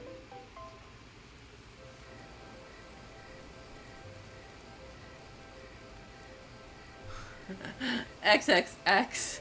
Well, the dirty old man should enjoy that. There's actually a, yes, there's porn in this game. Not like you don't see it. But the characters allude to the existence of porn. In one particularly amusing cutscene. Alright, so let's have my sister wear... Because this isn't creepy at all. I have a quest where he's like, could you put her in the bunny suit? Oh, that's awesome, actually. How does that compare to the Academy robe? It's better than the Academy robe. Oh, shit. Oh, shit. We got a bunny suit. Huh. And I was gonna have... My party right now was set up with Slavando the Bard. And, like, it was supposed to be his backup dancers in their schoolgirl outfits. But I think Jade might have to keep her bunny suit.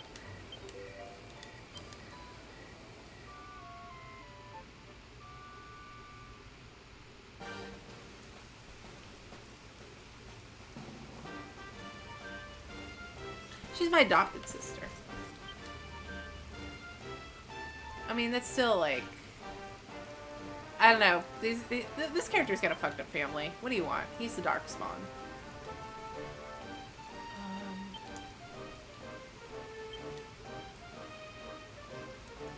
I wonder if I could put Veronica in the bunny suit. Like, I know that sounds awful. She's in the body of a child, but she's a full-grown woman who got, like, transformed. She's not a child. Like, she didn't she's got the mind of a woman. She's just like a dwarf that will someday grow up into a bigger person. Niflheim City. Where am I going? Oh, I'm going to, Port of Valor.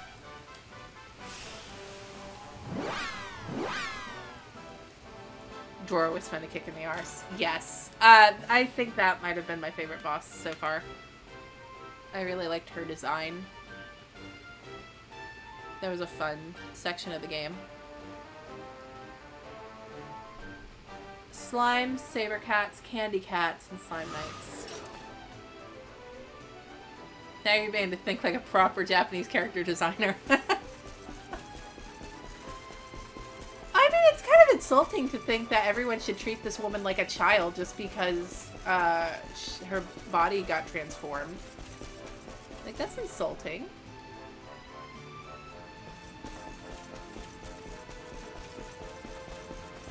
Although I guess if her body got transformed, so did her hormones. Like, her body's not excreting the same, she's not gonna have a sexual drive, basically. The chemicals just aren't there.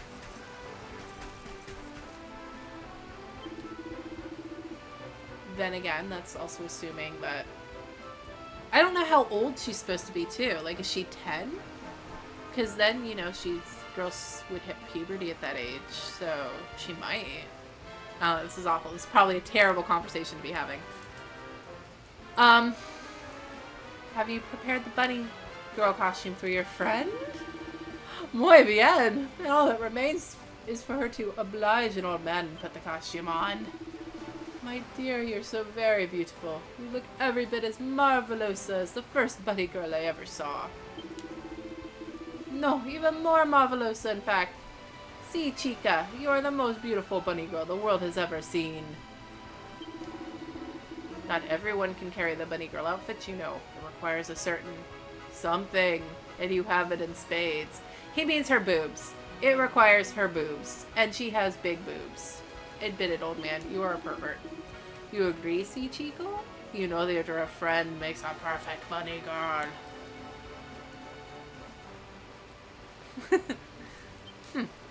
Oh, Jade is not amused. Jade stares coldly at the old man, sighs deeply, and walks off. No matter what, it's always going to be less creepy than the ship tease and Erased. Hi, I'm Chris Hansen with Dateline NBC. Why don't you have a seat right over here, Daria? I got a garter? I have lots of garters. Like, you're literally giving me someone's used underwear. You creep. Okay. Let's see. Let's get a misc. Like, I think I have more garters than people can wear. Because she's wearing a garter. Wait. Let's go back. Let's see. I have... I think she can wear the garter. She's wearing her mom's.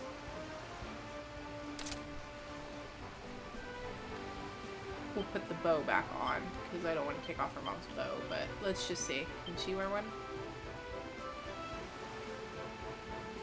She can wear the fishnet stockings. No, I guess they're not going to let me put a garter on the child.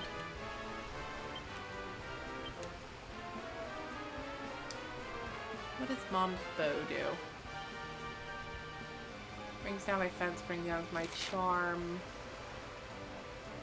3 MP restored each turn. That's pretty good, actually. Yeah, I want that. You play blind. I'm playing blind. I don't know if that was directed at me. It'd be funny if they let her have the claws during this part. Oh, Japan. Yeah, she's just... You know what would be funnier if the old man said that and she just, like, kicked him in the face? Because that's totally within her character. She has threatened to kick multiple people in the face. Why not that guy? He totally has it coming. I do like the visual shoutouts to the characters from Dragon Quest 8 and 4 and 8. Yes, like the twins. Like, I love that Serena and Veronica are supposed to be Maya and Mina. But then they're like, we shrunk one. Haha. And her personality, she's kind of like, I forget. I don't know if she's more like Maya or Mina, but she's like one of the twins mixed with like Maribel.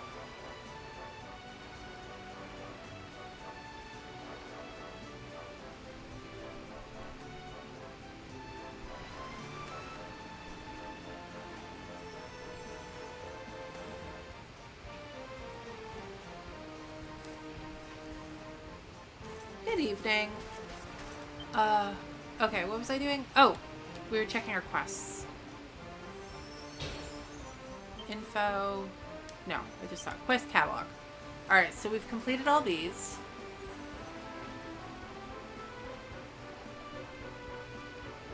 This quest can't be accepted yet.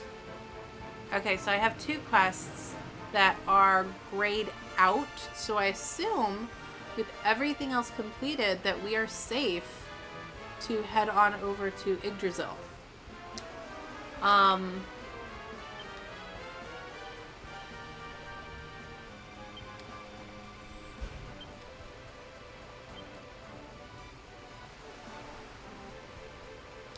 Jay, is there...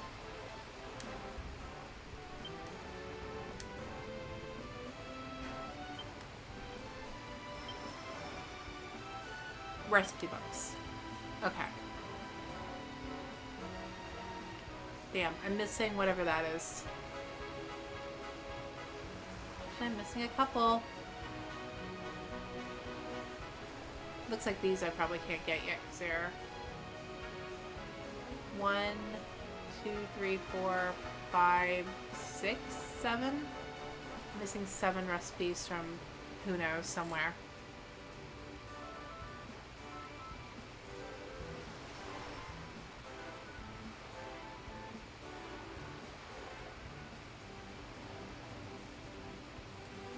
Wow. I think Sylvando should wear a garter. That would be cool. How far can you walk into the ocean in this one? So not very far. If there's no reason to go there, it'll just stop you at the, like, coast. Sometimes they'll put, like, little islands. And then you can, like, just randomly be able to walk further to get to that little island. Like, it's not even gonna let me probably get over here. That's one thing that bothers me a little bit is, yes, the game is very pretty, but I don't like the invisible barriers. And there isn't, like, a visual indication of where you can walk and where you can't. You literally just kind of have to mash your face into it and figure it out on your own. Because sometimes there's secrets, and it's just like, oh, I could walk over there and get that secret, but I didn't know because it looks just like all the other space that I can not walk through.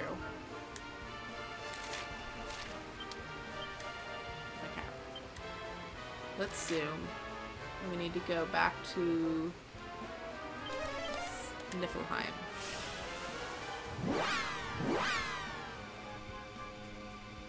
Are you gonna try to finish the BCA recipe book before going to part 2?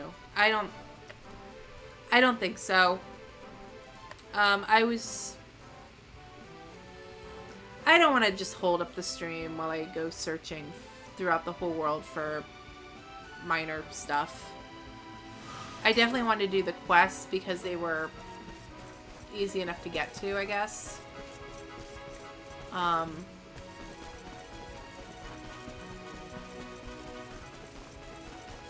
Now, if it does the thing like Dragon Quest VIII where it opens up the world afterwards and I can still... Oh, I'm going the wrong way. Where I'm still free to roam the world and collect my archery targets and... Hello. What are you doing here? My horse loves the sea. She's never happier than when she's looking out over the ocean with salty wind ruffling her mane. She's always been like this ever since she was a foal. I thought she would have grown out of it by now, but it seems she cannot get enough. That's sweet. He likes his horse. So yeah, if the post-game lets me run around and collect that stuff after the fact, I'll totally do it.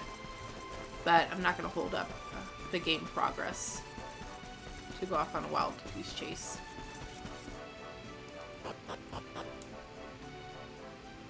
How do you get it to rain outside Phenomenon? It just happens. I think weather effects are random. I got lucky that I walked out there one time, it was raining, and I went and killed an umbrella. Or a brawly goggle, or whatever the hell it's called. Kitties!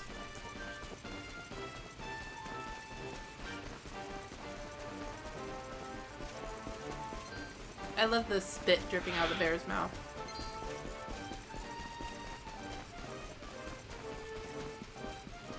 Oh, I looked at the chat. Sorry. Okay, I apparently need to pay attention to where I'm running because I'm hitting walls.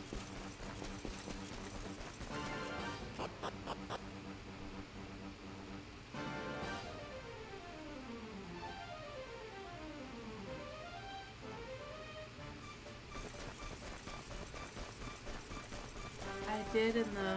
I don't know what that sentence is referring to, so... I guess I'll figure it out when I get that far into the game. Anyone know how long this game took to make, like, develop and stuff? I don't. I imagine it took some years. Okay, I want to break through that, but I have to get to the mount. So we'll have to come back up this way to see what that is.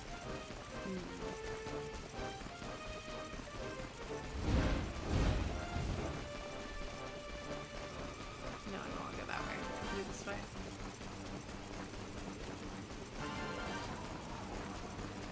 A snowy platypunk. A snowy punk.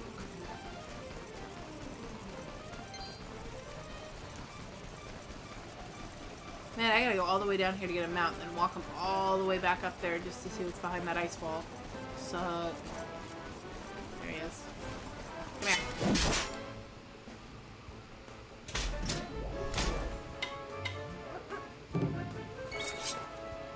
Oh, pain in the arse. I did that in the pain in the ass with a rare version of the Ursa Minor, which I found immediately in part 2. Spent a good 2 hours trying to get him to spawn in part 1. Holy crap, Mr. Scotty.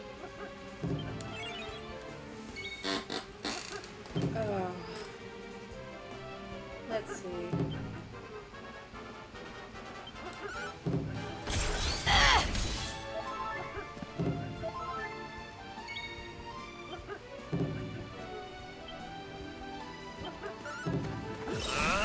Dongo.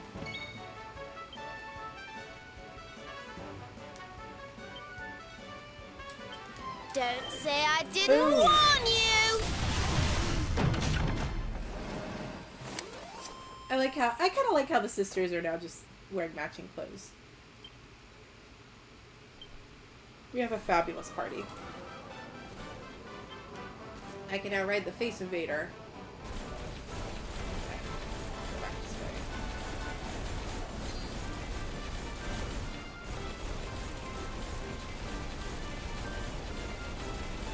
We got secrets to unlock. Treasures to find. Platypunks to knock over. Bears to avoid. Oh, or run into.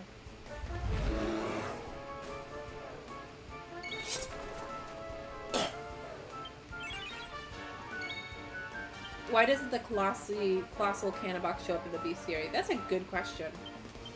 Oh, hello, Ursa Mine. Oh, you're... Okay. So there's a rare version of this bear. Time for baby pies! The bear's asleep.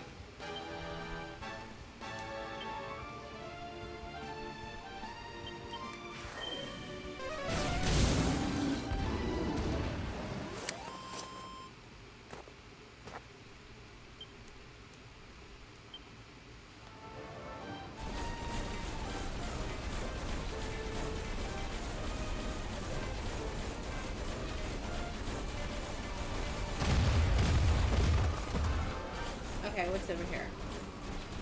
We got a tree. Some permasnow. Wait.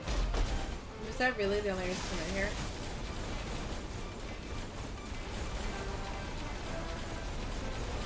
Oh, something over here too. Weird stuff. I think I've actually been over here too. Like, I don't even think this is anything new. Oh well. We did it.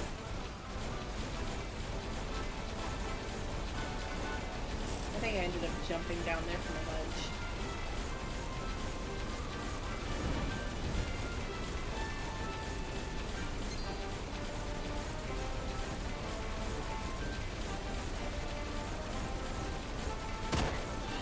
Ah! We just knocked that platypunk out of the way. Move over, jackass. I wonder if I can knock these guys out of the way too. Yeah. There we go.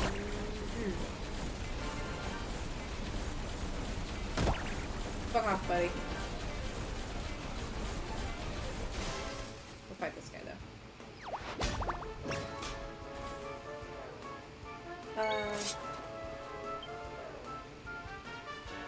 sleeping. Okay. Which means that we can do a very fun... Once Slavana, yes, we're gonna Persicutter the sleeping Chihuahua Monomarmer.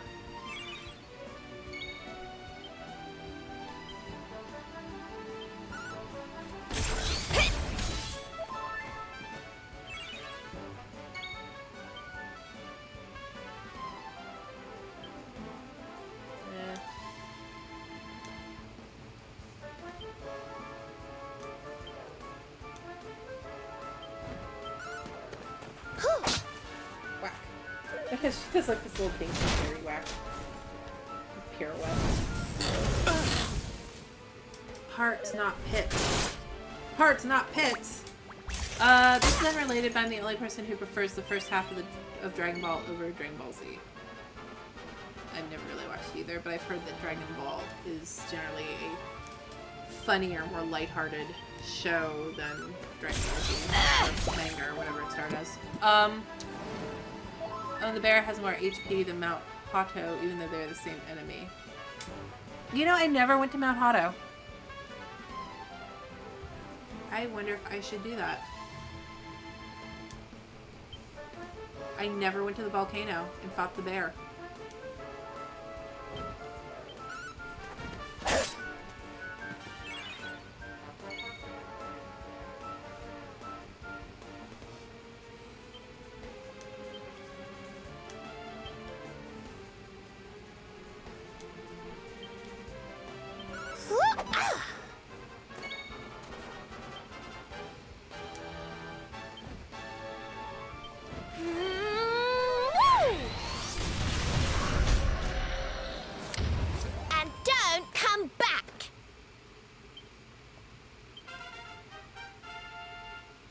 Oh, sweet, level up. Yep, I will level him up. What does he want?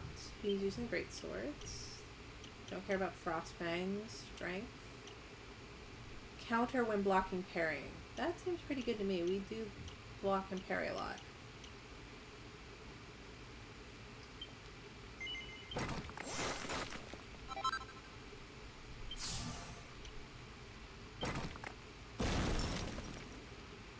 A savage swing with a sword that can inflict a good deal of damage. That sounds good. Looks like we want that, and strength plus 25. So we've got a few skills we want to go for over here. We've been ignoring our luminary shit. We're just like, we're a total sorting badass.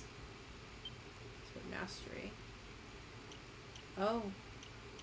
Yeah, it looks like I have to get Unbridled Blade before I can find out what this one is. So yeah, I think we'll be doing that.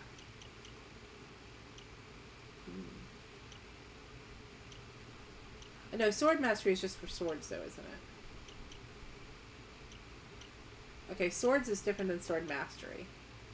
I'm very confused. Okay, critical hit, Giga Slash, Falcon Slash. Oh. Yeah, okay. We're going the right path.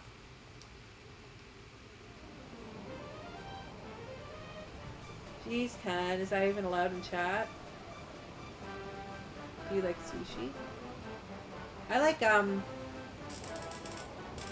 my god, Ken. Be right back. Gotta feed the monster. Jeez, Ken, is that...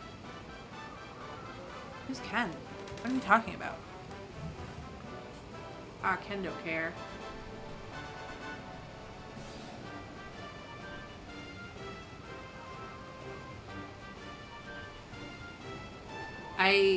Oh, Kenshiro.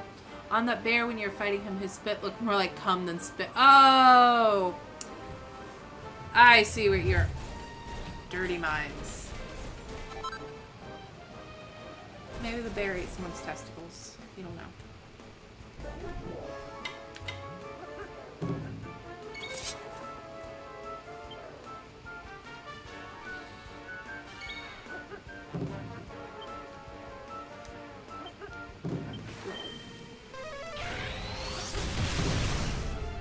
Do you like sushi? Oh, that's right. You asked me that before.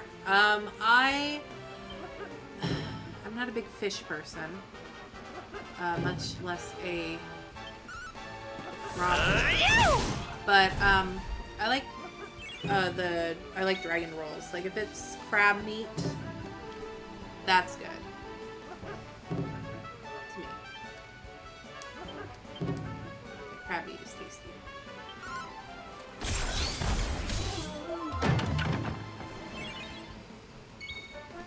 I like unagi. What's that? Culture my uncultured ass. Eel. Ugh. That sounds kind of scary. Just saying.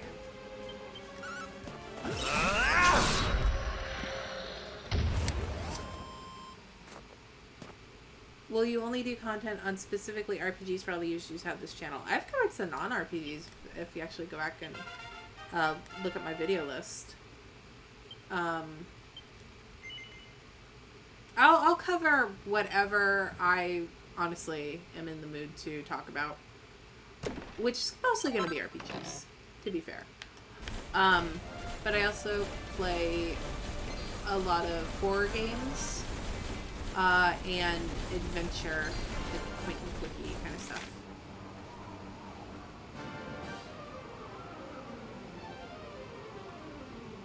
Although I covered Goonies, and that was just like a early Metroidvania title.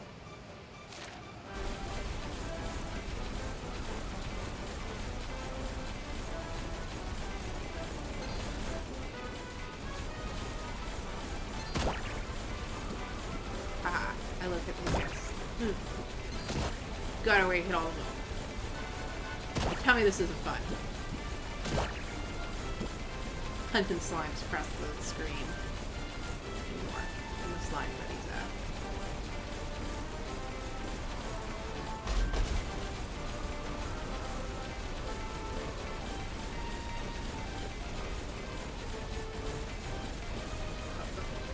What about these guys? Can I hit these guys? Yeah. Yeah.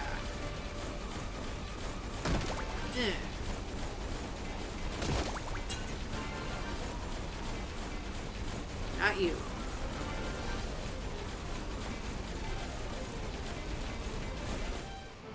Shalom. Has anyone watched the Dragon Quest Warrior cartoon from the late 80s, early 90s? Ooh, I haven't. It should be something. I should look that up. That would be a good idea if it's on YouTube, kind of like when I was streaming Legend of Peach Boy, which sadly I didn't finish. I was enjoying that, but this came out. Stuff happens. But yeah, if I ever stream like one of the older Dragon Quest games, I like to put the little anime in the corner of the screen. It's always fun. Okay, so I guess I need a mount. This thing.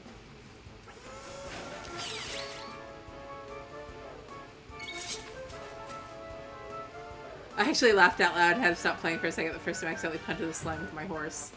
It is fun, right? I love punting things. Okay, we need... I guess we'll sizzle. The anime is based on 3. Oh. Cool. You know, and I haven't played 3 either, so that would be fun. Like, do a stream where I've got 3's anime plus the game going on. That would be cool.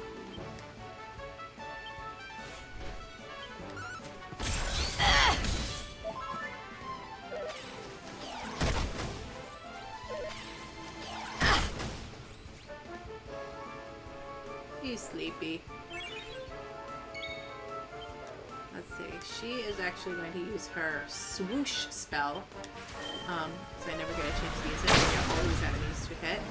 Nice. Thank you, Serena.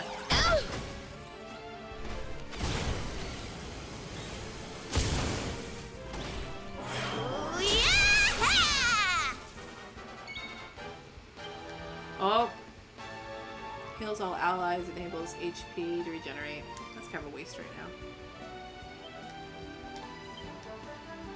We're gonna frizzle your butt.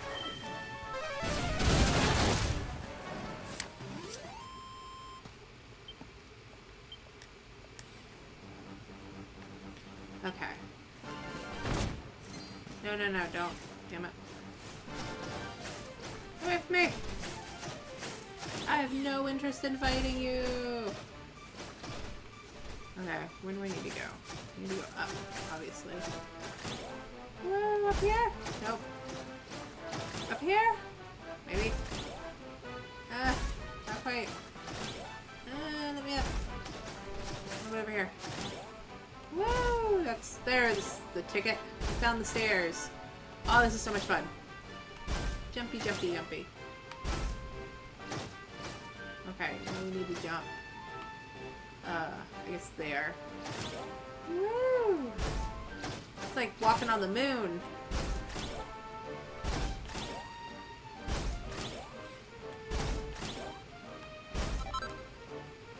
A butterfly wing.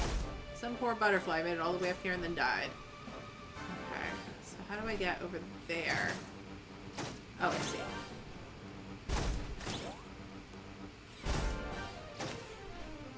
Make sure I'm not missing anything cool.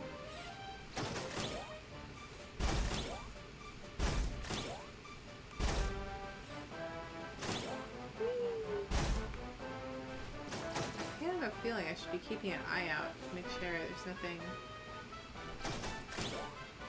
So, what am I, like, climbing these rocks all the way to Yggdrasil? That's kind of cool. Mini metal.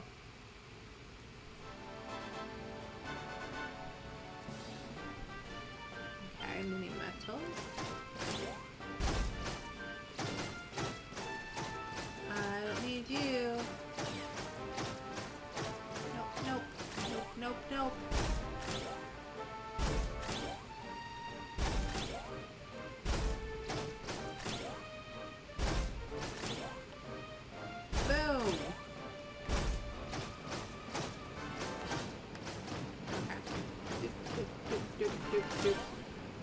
This egg creature reminds me of the egg from the Garfield cartoon. The old Garfield cartoon.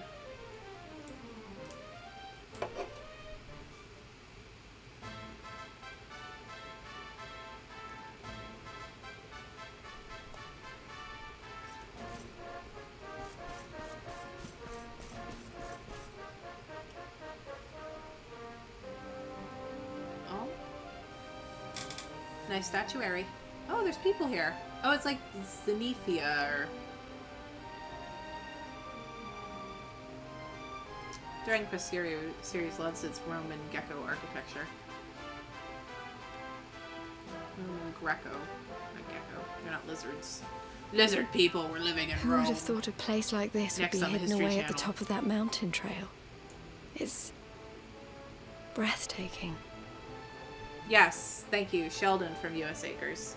I couldn't remember the name of the Oh, farm stop segment. it, you. You're making me blush. Although, I suppose the old hometown is pretty amazing. Wait, you mean this is... It is indeed. Welcome to Arborea, home of the Keepers, the ones who watch over the world from beneath Yggdrasil's branches, and of Veronica and I. Oh, okay.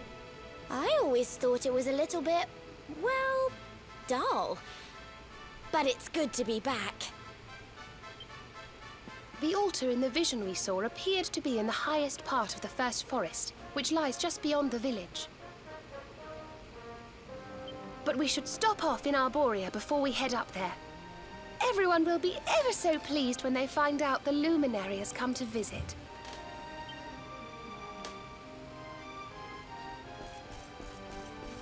Of course, these girls are from the... Oh, look at the sheep. Like the rams. They're cute. Oh, hello, hidden chest. That chest thought it could hide from me. It was wrong.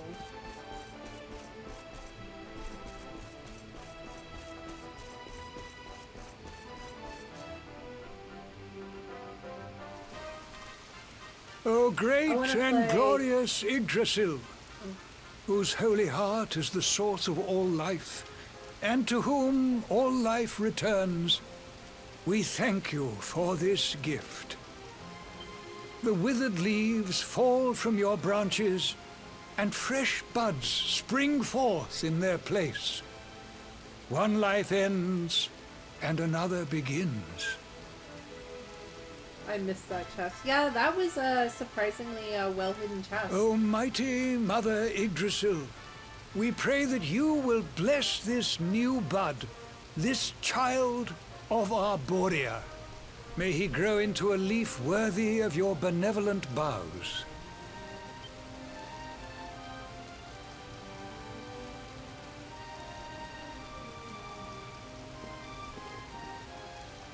Ah. Well, well. Our beloved twins return. And how long have you two been loitering there, pray? I like how he's not at all surprised that, you know, Veronica is now 10 years younger. Good day, Holy Father. It's ever so nice to see you again. And everybody else, of course. Everyone seems... As do you, my dear. But, Veronica, were you not taller when last we met? Well, it's a long story. Anyway, that's not important right now. What is important is that we did what you told us to. We found the luminary. Really? You're just gonna waver? You don't need to know about how I magically got unaged. Like, that seems like just something that people would be like, no, wait, this is more important. I want to know what happened. Can it really be? Ah, what a blessed day this is! Not only do we welcome a new life into the village, but the luminary also.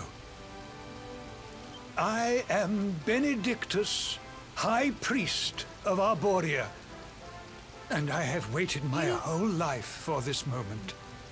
Yeah, you're boring. I wanted to like Fortune Street. Holy Father, so boring. On our travels we learned of a grave threat to this world. A being of pure evil who plots to throw all Erdrea into turmoil.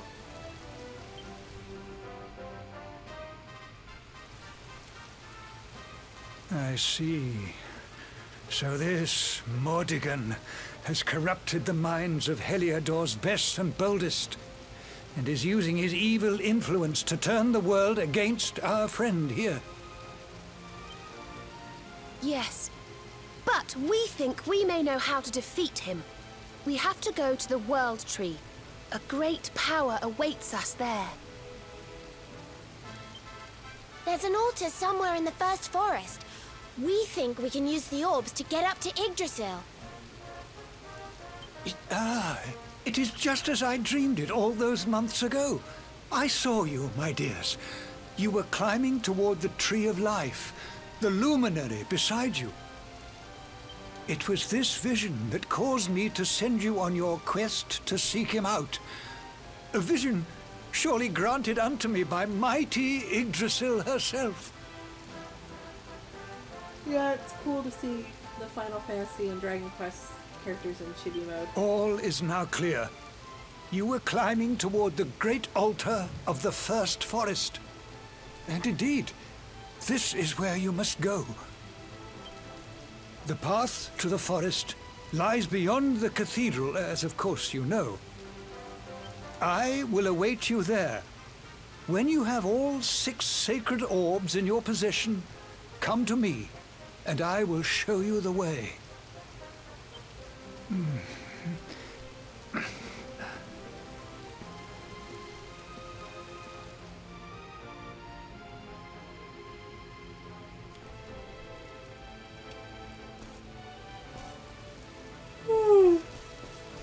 Okay. Well, we have all six sacred orbs, so we're ahead of the game in that regard.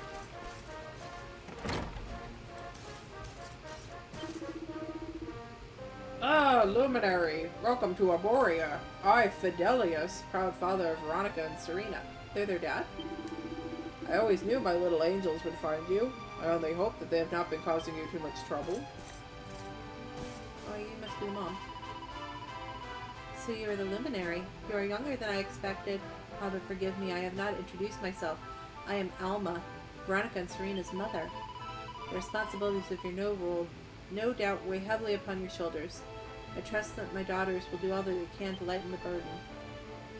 Again, no comment on your daughter being, you know, suddenly a lot younger.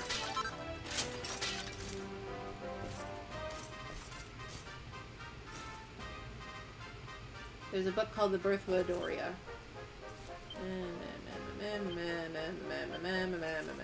Luminary. Okay. Keepers, dreamers. No more than once every few hundred years or thereabout, a child is born in Arborea to whom the gift of foresight is granted, a foresight found in dreams. At night, visions come to the recipient of this gift, visions that tell the future. Over the centuries, these visions have saved countless souls from misfortune. Unfortunately, however, scant little is known of the origins of the sacred power. One tantalizing theory, quote, posited by the scholars of old, is that the gift was received from the ancient inhabitants of the land whereupon the village stands, inhabitants who disappeared into the very skies. Do you guys have recipe books? Your house is very pretty, but cold. I guess the right side. Supplicant. Oh, I'm already using a supplicant, but I guess if I hadn't been, there's another one. Although I could have somebody else regenerate MP every turn. Also, if the girls had a supplicant in their bedroom chest, why the hell did they bring it on their adventure? This path leads to a small copse. There's little there save a binding aura of serenity. But it's no bad thing. When we were children, Veronica, Serena, and I would often go there to play. Such happy memories. Oh. He's got a thing for the sisters.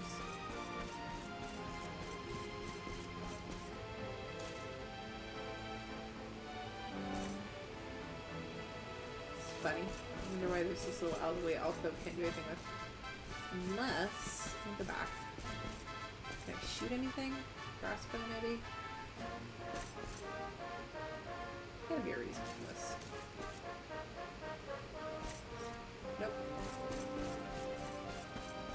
Just a boring little outfit.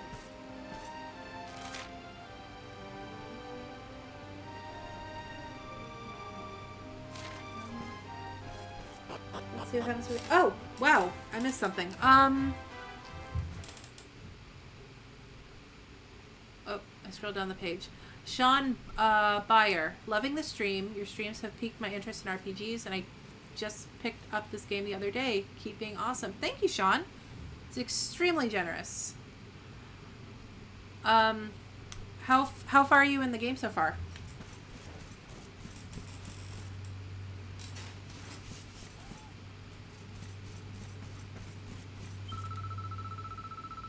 I'm rather poorly. The doctor said that he doesn't know how to make me better, but I think I might know a way.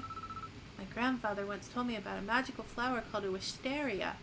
He said that when they bloom, they grant a single wish. If you're ever planning on a trip to the First Forest, could you let me know? You might be my only hope. Well, we're going to the First Forest now. I have, like, messed up my window here. I'm trying to, like, scroll down to the chat. Chibi Noctis is really cute. Even if Final Fantasy 15 is rather meh. Still really curious what you think of the music in 11. Daria or anyone else. Actually, the PS4 copy is copying over to the hard drive now. Oh, you haven't even started yet. You're in for a treat, sir. You're so much fun.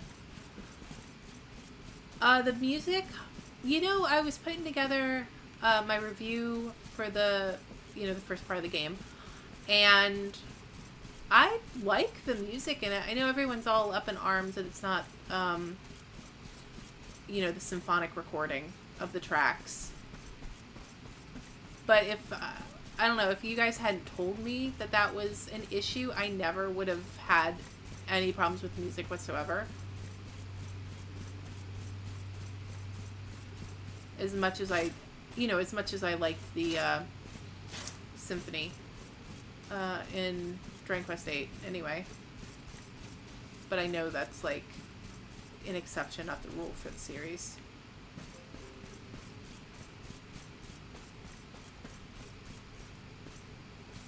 Do I talk to her again? Because I'm going there. The doctor said... Okay, so basically I need to bring her back over Shadera.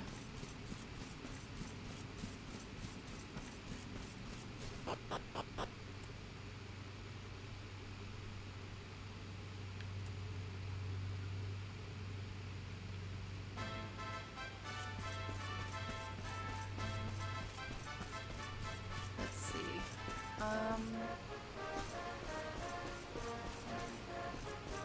Go underneath. This is cool. As with people, so with plants. It's all in the upbringing. If one gives even the tiniest, fragilest seedling enough love and attention, it will one day grow into a mighty oak. I see a great strength in you, Luminary. You may have lost your kingdom and your home. You should be grateful to those who raised you. It is evident that they cared for you very much. You know, I lost 2 homes, really. Think about it. Seed of Sorcery. Okay, well I know who's getting that. I haven't really been using my seeds. Sort by type. But I think I still have Seed of Magic, Seed of Agility, Seed of Sorcery, Magical Might. Yeah, both of those are going to Veronica.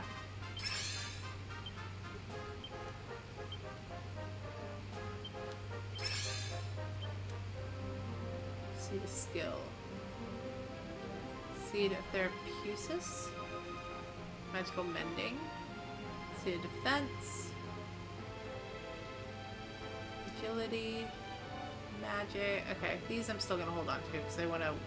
Basically, I'm holding off until like the end game and seeing who's going to need that the most. It's a force of habit. I think Shining Force trained me to be very stingy with my stat bonus items. What in heaven? When I heard all those years ago that the Luminary had been slain by the monsters who destroyed Dungerzil, I feared that all was lost. Every false sighting, every baseless rumor of your survival was like a dagger thrust into my heart. And now you stand before me alive and well. Prithee, tell me I'm not dreaming.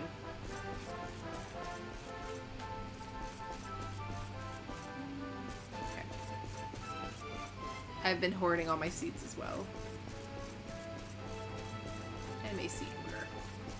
Every once in a while, though, there's like a character that you know. It's like, well, that you're really the only person that needs this particular thing. Like the deafness seed I gave to Eric, because no one else really utilizes deafness like he does. And Veronica's obviously my Magical Might character. There was once a famous sage who lived in this village. She taught us how to use magic and would sing songs of love and longing as she strummed on her harp. Whether it was told by her or about her, almost every one of our legends relates to that sage in one way or another.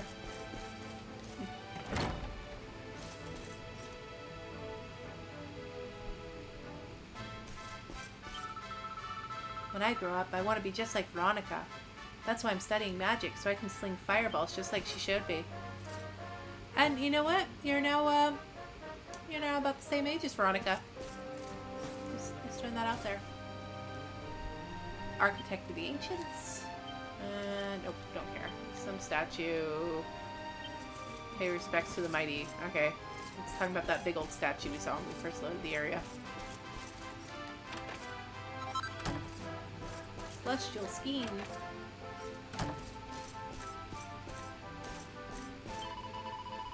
It's every keeper's duty to defend the village in times of crisis, but all that huffing and puffing and singing swords around is a terrible bore. That's why I'm studying healing magic instead. If monsters should attack, I'll simply stand at the back and cast a few spells. And when the dust settles, I will be alive and well to bask in the adulation. It's a shame I do not have Serena's talent. Then I would not even have to study very hard to achieve my noble aim. Ugh, I'm so jealous. Your aim isn't very noble. You're kind of a selfish bitch, lady. Why does he only read the red books? It's kind of weird you can't read every bookcase, but at least, I don't know. I don't mind it. Before Veronica and Serena were born, it was prophesied that Alma's child would be the reincarnation of the Holy Sage. Imagine our surprise when she gave birth to twins. It seems they still inherited Serenica's soul. It was simply divided between them. Father Benedictus knew this as soon as he saw them. That is why he sent them to search for the luminary. As the scions of Senetica, he knew they would surely recognize him on sight. And, yeah, that worked out pretty well. Father Benedictus is blessed with the most wondrous gift. When events of great importance are afoot, the World Tree will grant him a premonition. His visions come to him in his sleep. Indeed, only a few nights before your birth, the Holy Father woke the entire village to announce that the luminary was to be born anew. He has asked me to tell you, welcome to come and go freely from his home as you please. Cool. Thank you.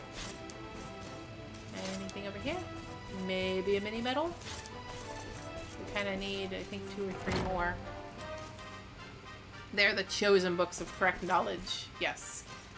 These are the books that have been blessed with all the arcane wonders of the world.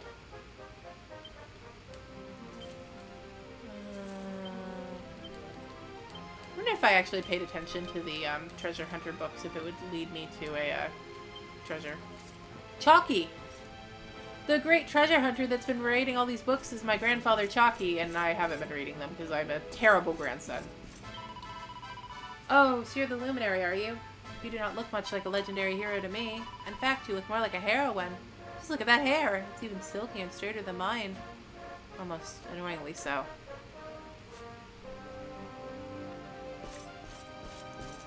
I am quite, I was noticing that when we went to the bathhouse, that my character was very slender. Very feminine form. It's okay. That's why Eric likes me so much. Am I the only person who prefers this to live music? This sounds way more crisp somehow. I like either. I'm not... This doesn't bother me. Some people are so angry.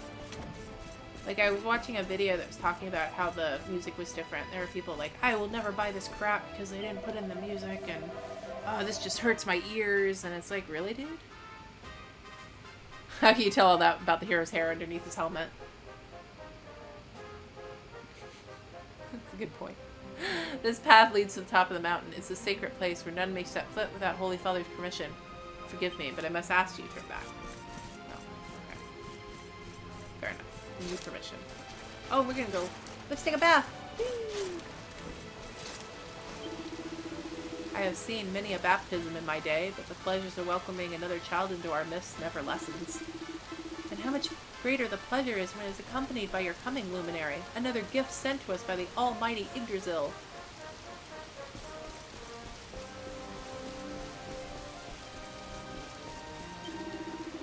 Ho ho ho! You're not feeling under the weather, I trust. You must take care of yourself, my boy.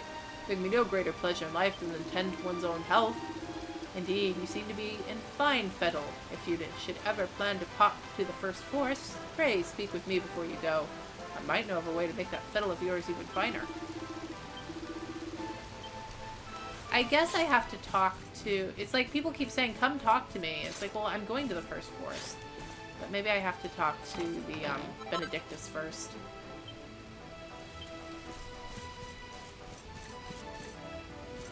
So maybe those become quests. Oh, you know what? I bet those are the 2 quests in my quest log that said I couldn't accept them yet. Him and that little girl. Look at he's doing a little dance. Doing a little jig. Can I dance with you? I love how this is like the greedy shopkeeper dance too. Ho ho ho! The day has finally come. The luminary stands on the threshold of my humble inn. Step inside, I prithee.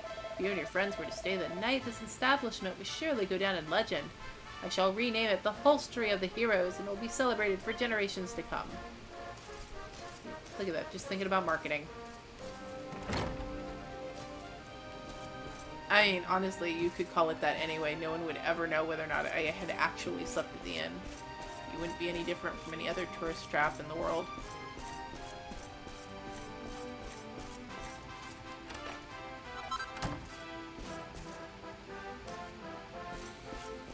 more mini medals and recipes. I haven't found a single recipe in this town. Alright. Well, if it isn't the Luminary, it would be an honor to have you stay at our humble establishment. Well then, to business. Welcome to our inn. Wow, we don't even get, like, a discounted rate. It looks like a very energetic guy about to roll the dice. He's rolling the dice on business.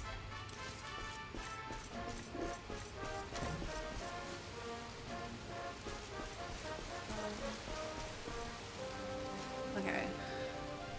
Bunch of people down here. I want to talk to everybody. I went in that house. Like, I know that much. That's the way out. I didn't go in the item shop, though, so maybe there's something good here.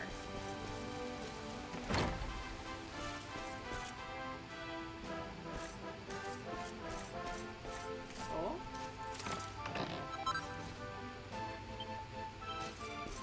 A lot of vials of sainted ashes and stuff. A bunch of dead people bits. I'm so very sorry to hear about what happened to Dundersill and Cobblestone. You have my deepest condolences. If you should find yourself without a home to return to when your adventure is over, you must come and live in Arborea. We would be thrilled to have the Luminary living among us.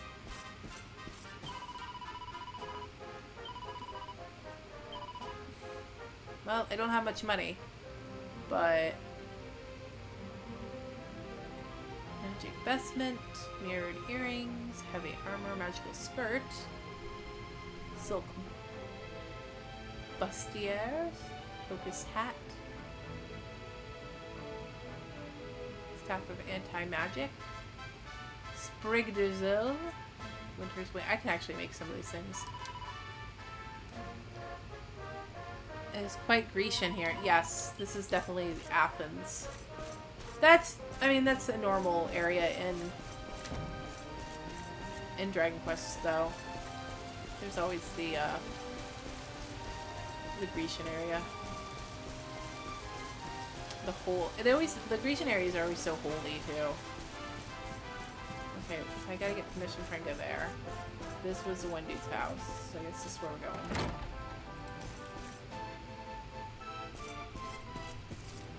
Wait, haven't I already been in this house? Yeah, I have been.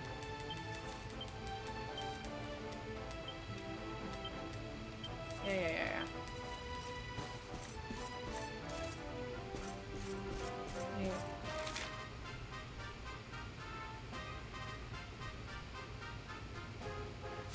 Maybe I have to go in I probably have to go in this big building. That would make more sense. Splendid! You have all 6 orbs in your possession. I have held one of them iron skillet before in real life. Honored one Luminary, that was used in the game. They're heavy shall for we sure. proceed? More durable than aluminum coated skillets today. Oh yeah, you could totally brain somebody with a cast iron skillet. These things are nuts.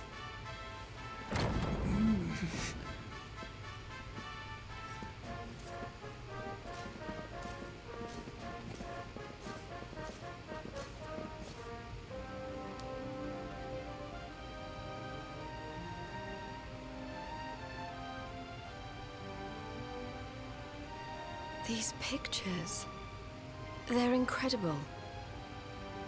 They tell a tale as old as Arborea itself.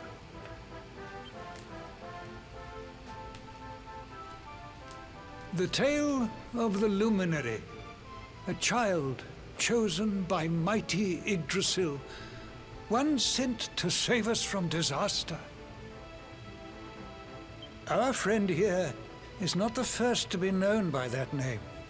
No, the first was born long, long ago in the Age of Heroes. At that time, the world of Erdrea was beset by a being of purest darkness. A being who sought to steal the very source of life itself, the heart of Yggdrasil. And so, the World Tree marked out one among her children for greatness. Erdwin, the Luminary of legend. He went forth to do battle with the Dark One. But he did not go alone. A band of heroes accompanied him. Among them, a mighty sage named Serenica. Veronica, Serena, your friend here is the Luminary reborn. And together, you are the reincarnation of his companion.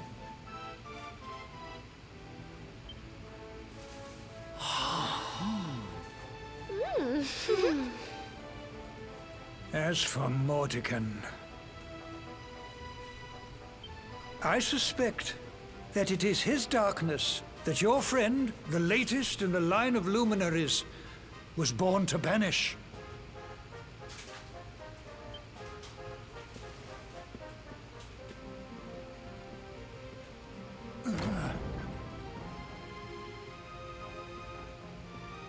You must defeat him. The fate of our world depends upon it. Good luck.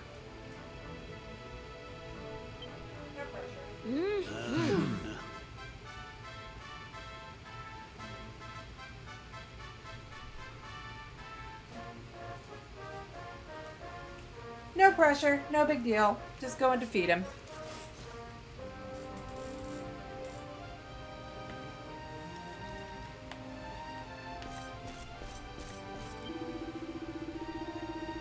To make your way one step closer to Yggdrasil, go through these doors and follow the mountain trail to the first forest. The altar you seek is at the very highest point of that holy grove.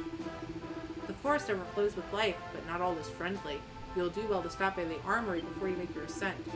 Speak with my fellow Arborians, too. Their knowledge of the local flora and fauna may aid you in preparations. Go forth, my child, and find that which might aid you in your fight to save our world. I wish you the very best of luck. Alright. Also, excuse me, because I was making a sandwich during that cutscene, now I'm eating it. Oh, yep. That guy turned into a purple quest marker. So I was right about that. We got 2 quests we gotta go pick up now. Him and that little girl.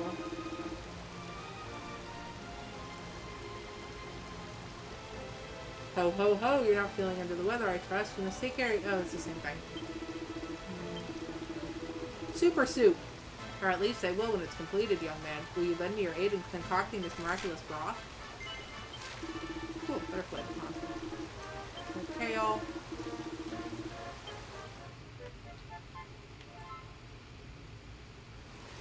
Alright, so we gotta pick up some red kale.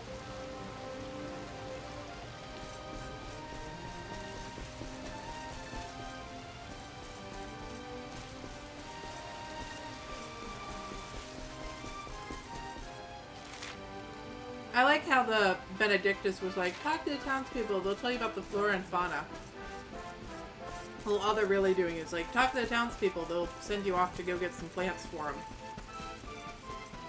We got some errands that need running. Make sure you talk to everyone.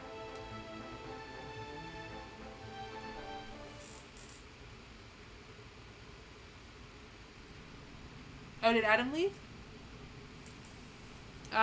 This was lovely. Thanks for your time, everyone. Oh, thanks for stopping in, Adam.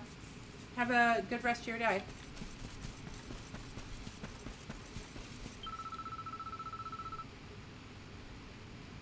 I'm rather poorly. The doctor said he doesn't know how to make me better, but I think I might know a way.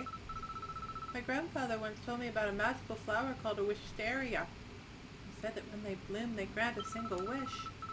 Their seeds are very difficult to get a hold of. The only way to obtain them is to track down a very rare monster called a white bulb to defeat in battle. You and your friends look very strong. Could you defeat one for me and bring me back some wisteria seeds? It might be my only hope. Okay.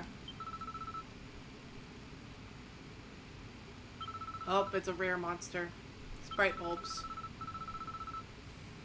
Okay. Great. We have to hunt down a rare monster.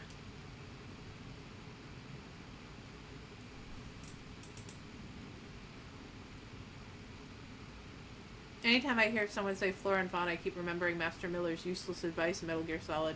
Call me if you want to chat about the flora and fauna, he says.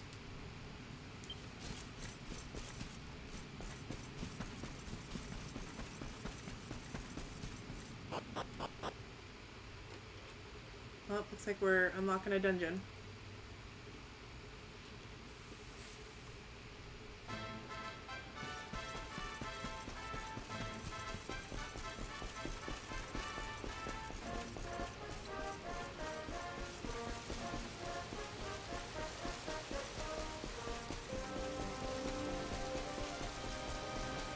I hope there's a campsite in the forest.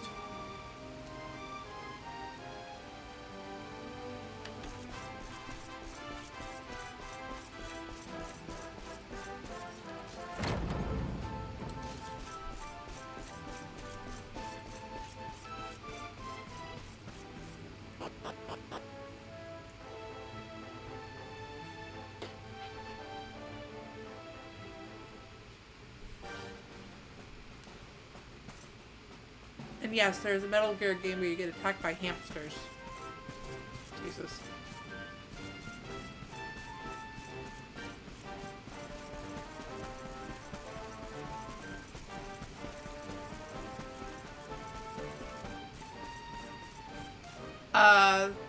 What the heck? They're like little jelly monsters. Ugh, you guys are weird. No, get away from me. I don't want to fight you guys. What? Oh, it's Flying Dragon.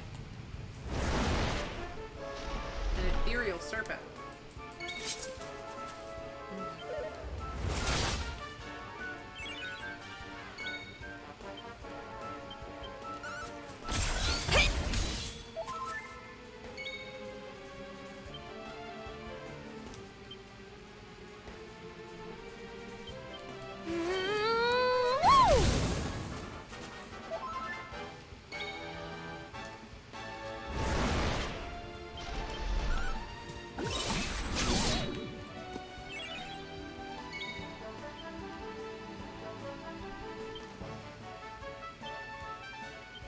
Yep.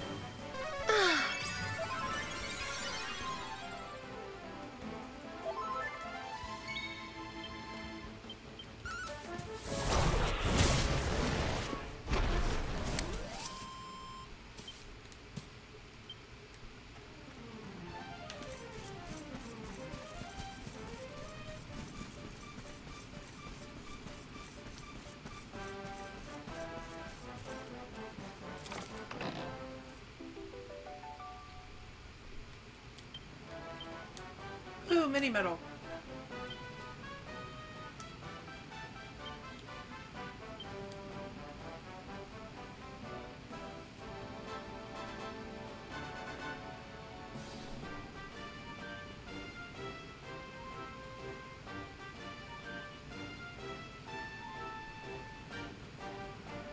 Oh, mini metals don't show up under important items.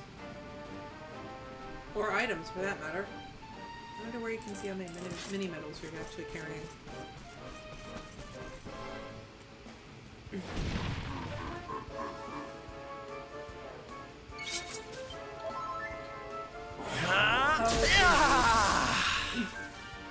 You know, I just now realized that they're called grenades because they blow up and they're smiling. Wow, I've been playing this series for how many years and I just now got that stupid pun.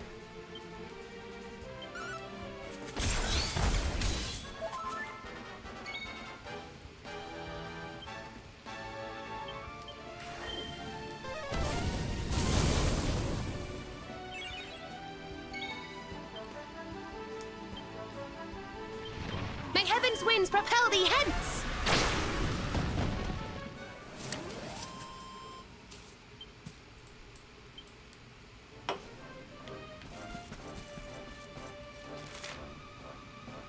Alright. Oh, this is just the path to the first forest. But there is a campsite, so that's awesome. Because I'm going to save at the campsite. And then we're going to travel back to the Mini Metal Academy, turn in our mini metals. And then I think I'm actually going to detour over to the volcano, because we've never been there. And I just want to make sure I didn't miss anything.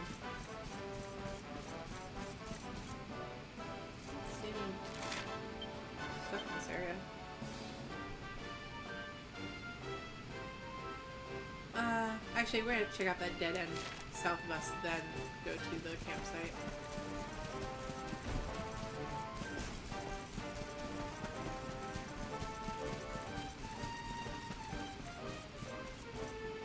I'm guessing at some point I come back to the world and all these bridges are fixed.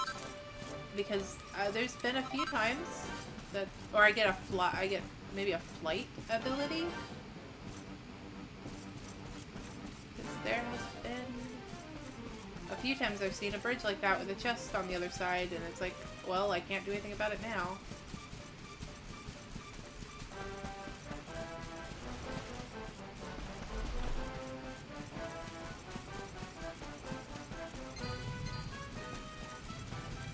It's always like the biggest keys in the world when it's like, ha ha ha, you can get this, but not yet. I blame Zelda. It's a very Zelda thing to do. Oh! I was wrong. There was just an alternate path to the bridge. A magic circle. What's that?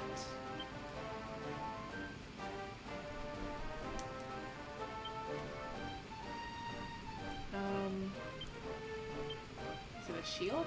Nope. Is it a thing? Nope. What is that, material?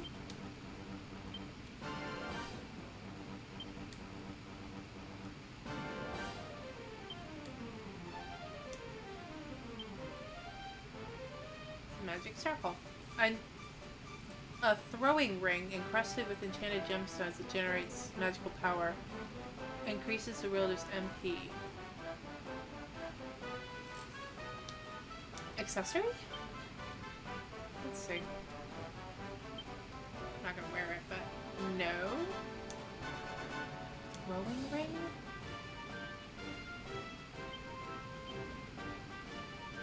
It's a boomerang. It's like those, maybe that weapon that Xena uses. Oh, gotta go. Thanks for the entertainment. Oh, I'm sorry I missed you, NJ Wilbur. Have a good day. It said boomerang when you were on it. Oh. Okay, well I'm illiterate, so sorry about that. Totally missed boomerang. Oh, and there's a sparkly spot right ahead of me. Somewhere up here.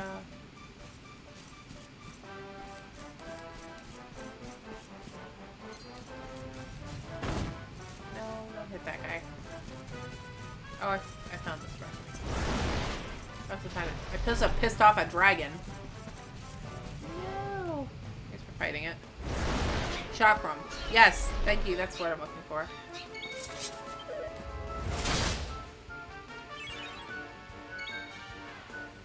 I always get that confused with chakra, and I know that's not right.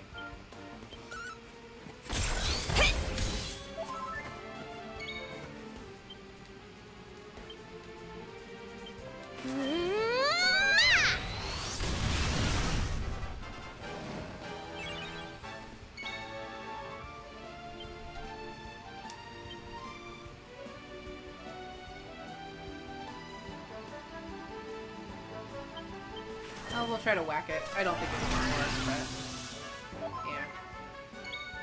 No harm in trying.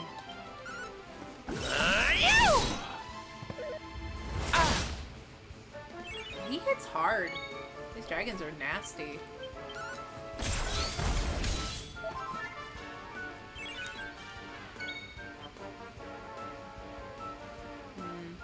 Maybe I'll just bop it. Bop. 1 point of damage.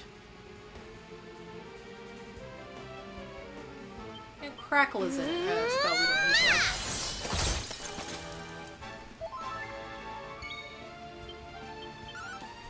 I'm the only person who wants Sega to release a Sega CD and 32X collection with Virtua Fighter, Sonic City, Virtual Racer, Snatcher, Night Trap, and the Lunar games. That would be pretty cool. I don't think they have rights to a bunch of stuff. But that would be an awesome collection. Veronica wins again! Oh, right.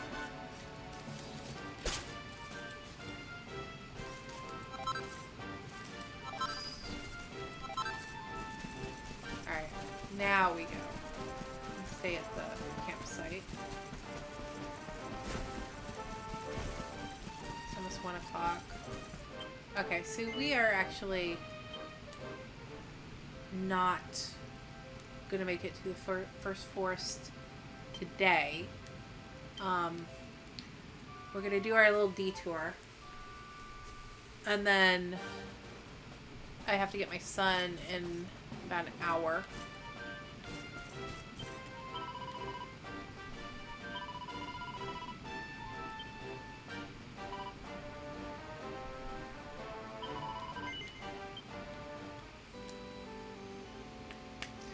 There are some great games, but a lot of different people own them, so it'd be tough to create a collection. Yeah.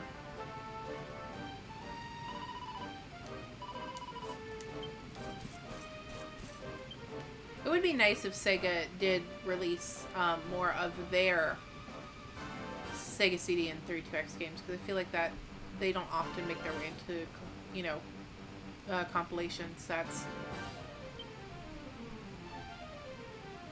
And Sega does have a lot of, you know, their own stuff that they have the rights to.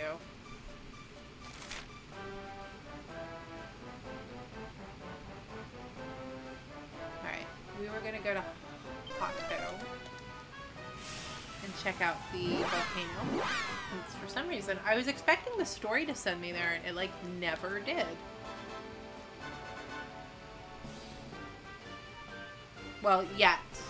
I guess that's not to say that the story can still send me there. But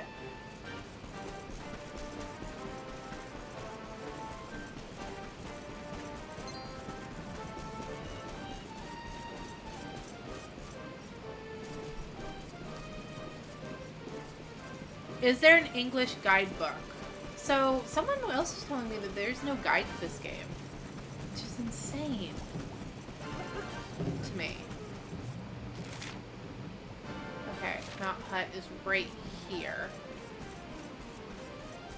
It's up here. Like, there's gotta be a reason you come here later. There's no way they, like, put in this whole area and then it was just like, nah. Mount Fuji. Not to be confused with Mount Fuji.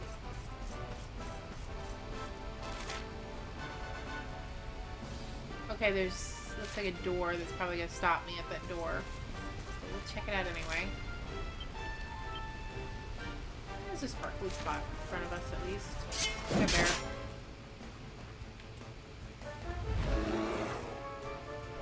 Oh, that is literally the same bear. Okay.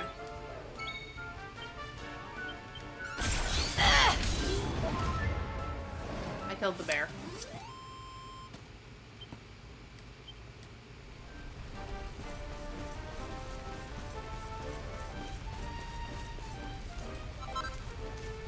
Lava lump.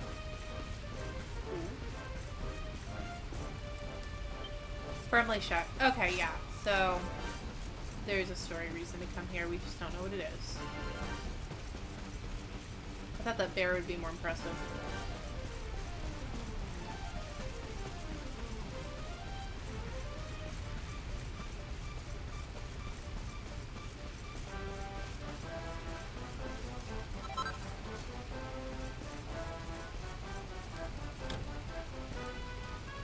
Oh, can't go that way either. So this was a fun detour. No reason to come here at all yet.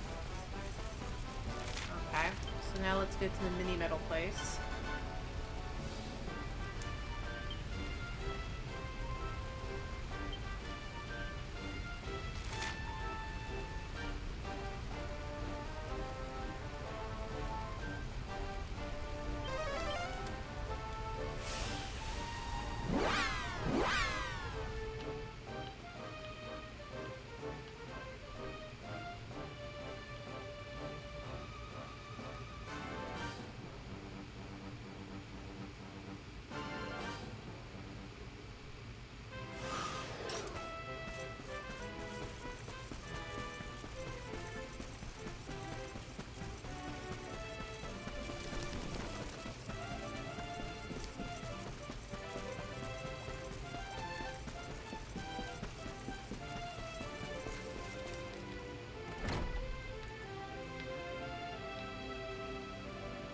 don't think we have 5 mini medals, but I'd be very annoyed if we're like 1 mini medal short.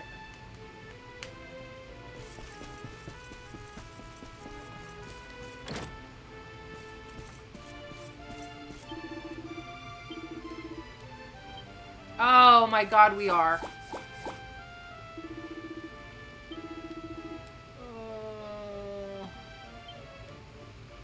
I guarantee that there's another mini medal somewhere where we could get it right now.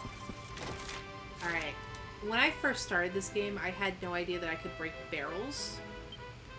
And I was only breaking pots. So let's go to Heliodor and see if we can find a barrel with a mini medal. That is my grasp at straws.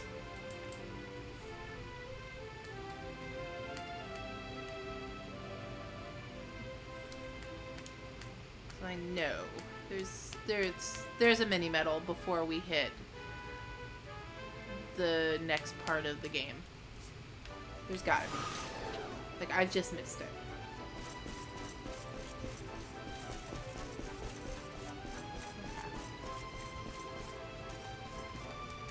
Not a barrel I can break. And that's what threw me off. There's like breakable barrels and non-breakable barrels.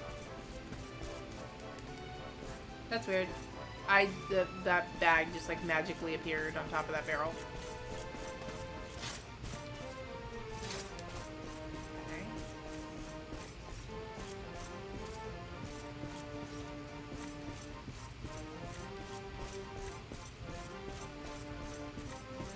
I'm not sure I ever went down these stairs either.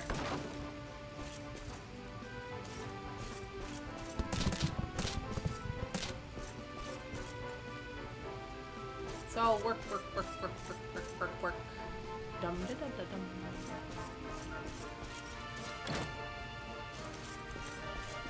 dum. Literally no reason to go down there. Okay. So glad I explored that. That doesn't open.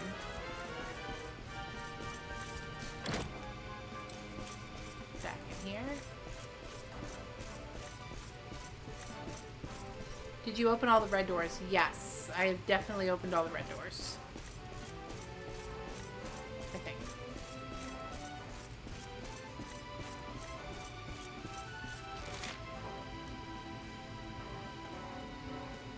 What I did was I went around to every zoom place on the map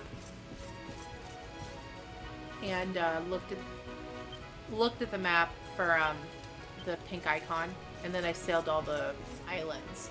So I'm reasonably sure that I have opened all the red doors, but I guess it's possible that there was one in a dungeon or something that I missed.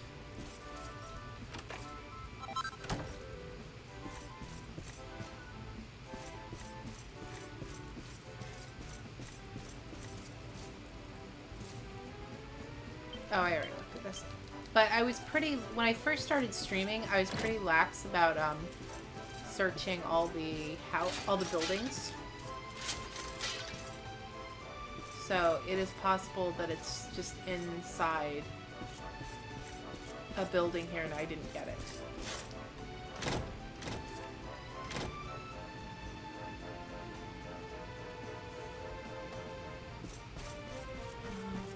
Okay, so we've checked the inn thoroughly.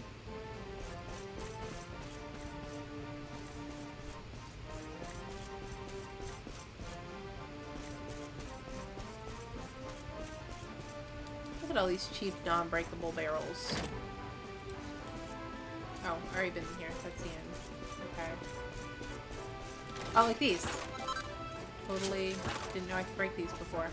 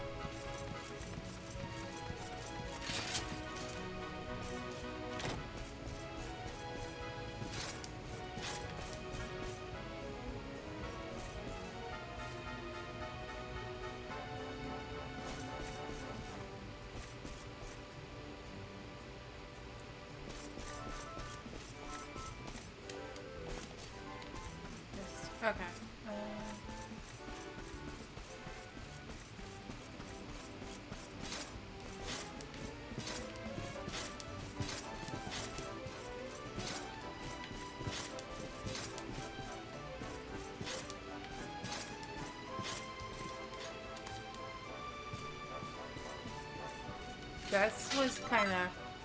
Oh. All that work for a flurry feather? Really? That would have been a perfect place for a mini medal.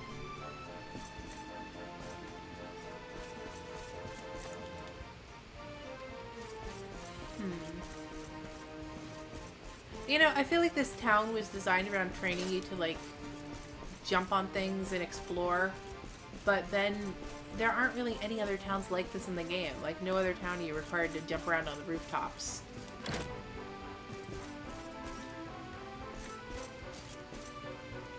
It's like they implemented action-adventure elements and then I was like, that's enough of that crap.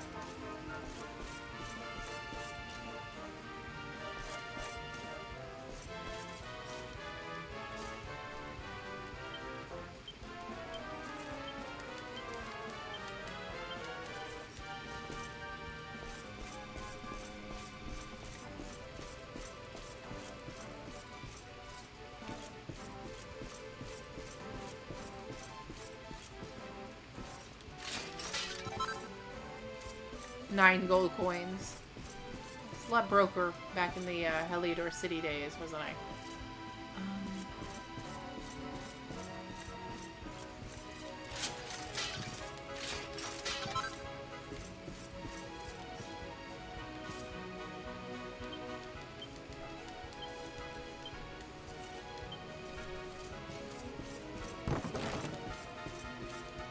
Oh, thank you for that door.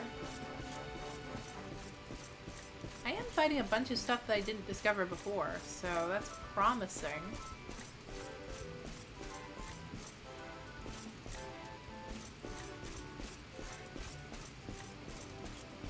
I lost the door. I'm trapped forever in this tiny little house. Okay. Up there.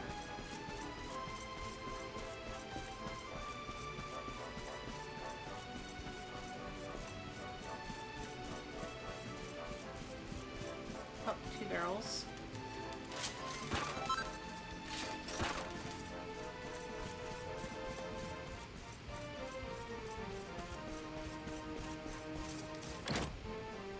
Don't forget downtown as well. Yeah, we'll hit that next. Downtown's a much smaller area. Hey, that's private. Oh, I stole her underwear. She had a garter belt or fishnet stockings in there. Hours and hours and hours and hours ago.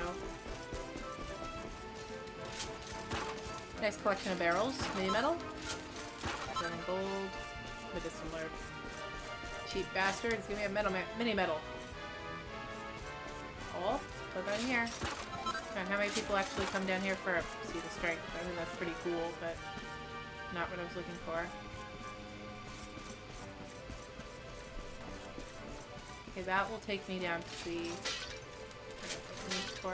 That'll take me downtown. No, that'll take me downtown. Where the hell does this take me? No, this... I don't know. I'm lost. We're going somewhere. Maybe this takes me downtown. That other thing just takes me through a corridor. Downtown. Well, I guess we'll check it while we're here. Oh. Mini metal. Mini metal. Mini... Fuck. Fuck, fuck. Now there's a whole climbing bit over here I didn't do before, but my son stumbled upon it and was doing it, so let's see if there's anything good.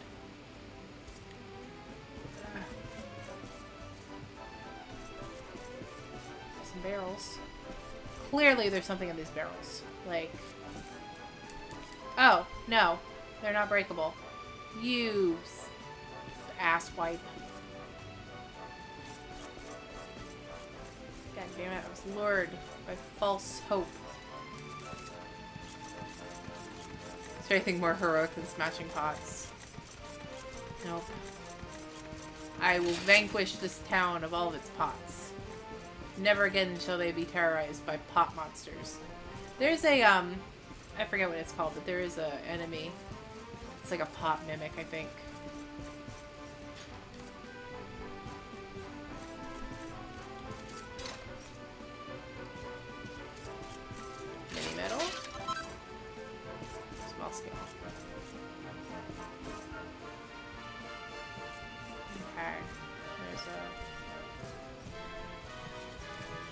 sidle. Sidle. Sidle. Don't look down. Don't look down. Don't look down. Okay. Oh, tightrope.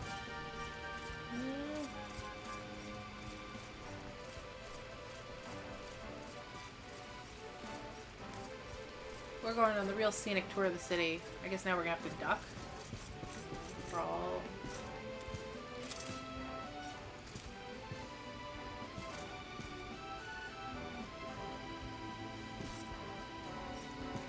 Get on the ladder.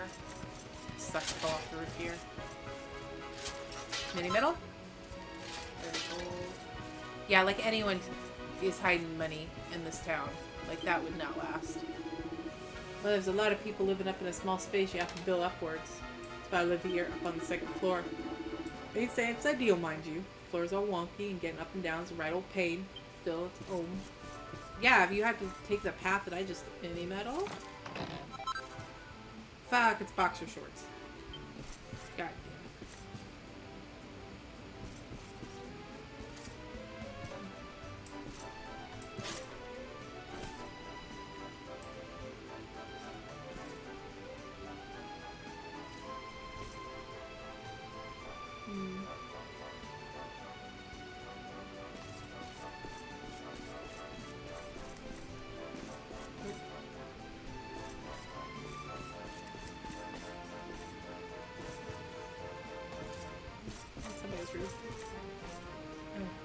Okay.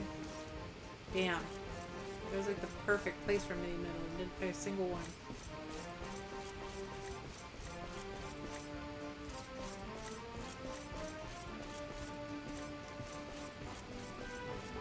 There's some barrels now.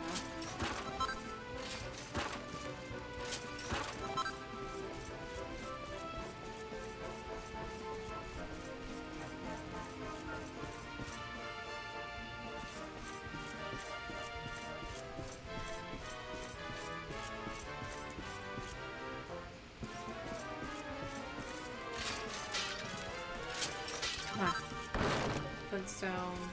Okay, nice. You just got a cute little room up here.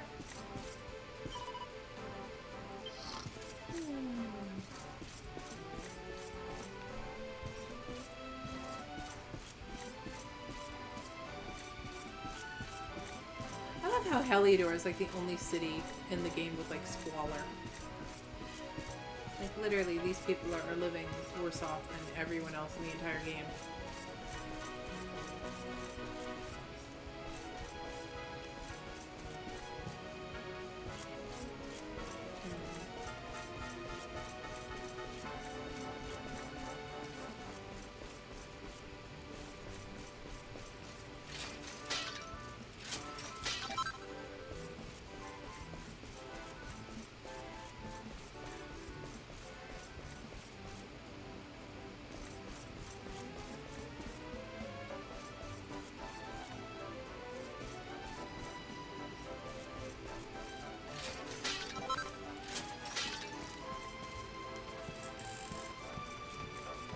A baby smashes a pot and everybody screams, "He's the chosen one!"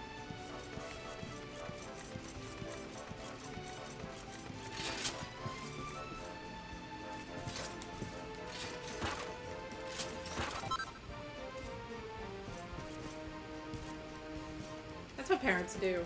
Like, oh, look, he's got his finger up his nose. He's so smart. The smartest baby. There's a chest over there.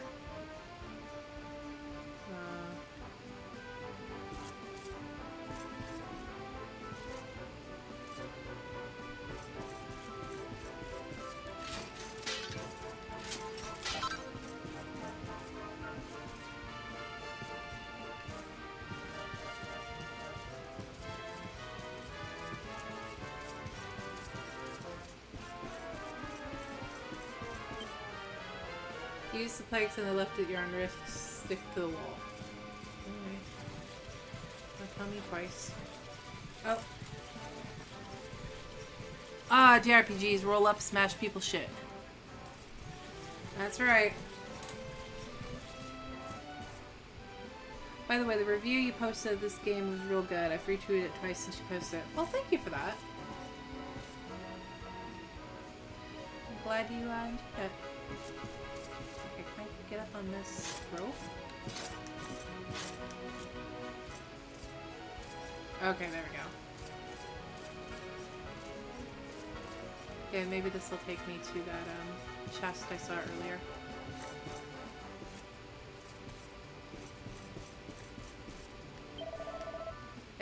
Couldn't have come at a better time, mate. I do a little bit of tunnel bending on the side, see? It just so happens the excavation is about finished. I've gone broken the flintstone I've been using to dig with. I was so close to all. If you can help me up with the new one, well, I might find it hard to let you be the lucky devil who gets to test the little passage through the wall, you know what I mean? That's the spirit. After all, you'd be a fool to pass up a chance like this. I reckon if you search the town, you have to turn up a bit of flintstone in the end. Smash a few pots, see what you find.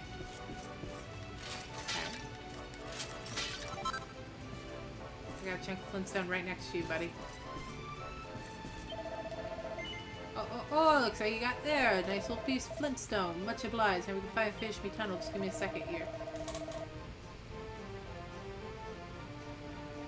Right, one last push. Not far now.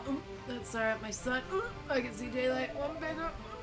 I did it. My masterpiece is finished at last. It's beautiful. Just beautiful. I couldn't know it without you. Little beauty. Alright, well, I don't say I'm man of me word. Go on through though. First dibs is all yours.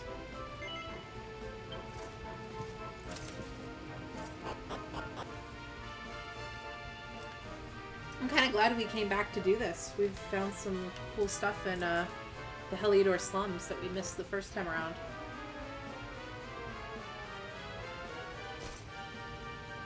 Oh.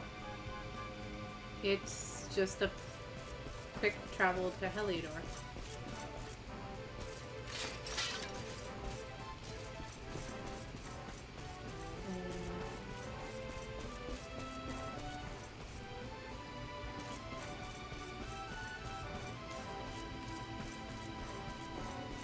These steps don't go anywhere.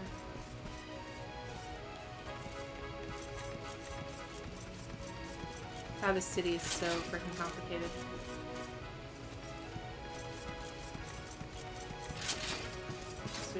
Ridiculous, I tell you. He can't do it, but I can. And we go. Scrap of paper. Stuff I love more than longing looks of the slum dwellers who pass beneath my balcony and gawk at the treasure chest within their hungry eyes.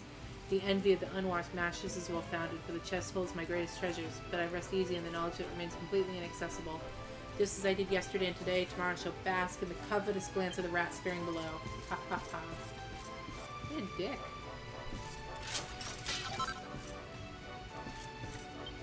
Oh, we got a seed for Eric.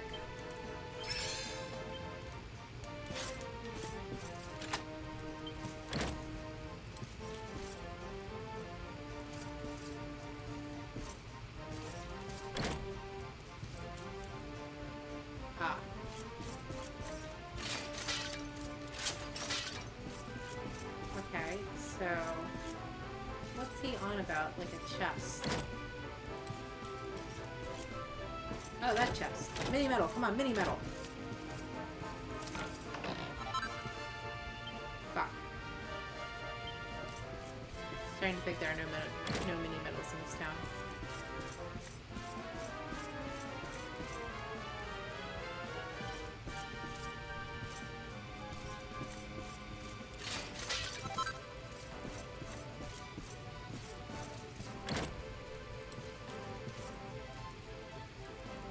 Why is it like that, the town? I don't know why this town's like this. It's like no other town is built like this. This is the Assassin's Creed portion of Dragon Quest XI. Alright.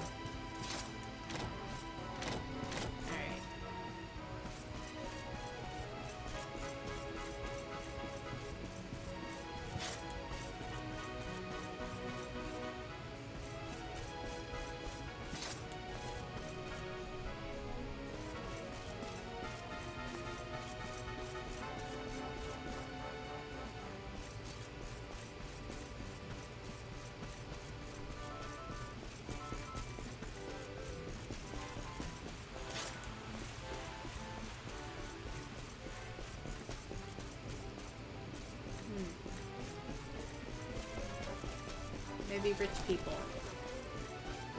Rich people like to collect mini medals, don't they?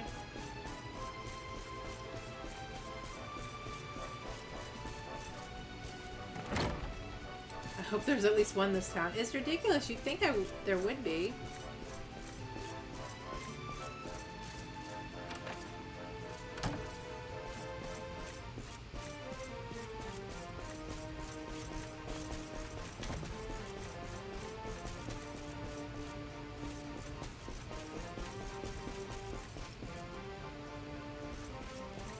Okay, we go in that one.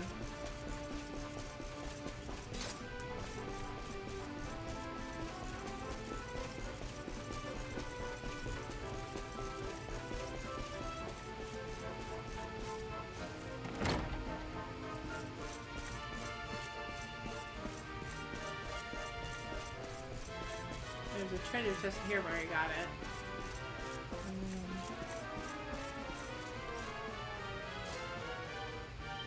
Lure to lure of dingy dungeons.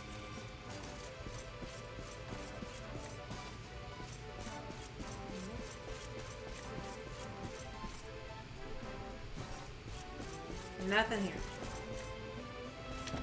One disappointment after another.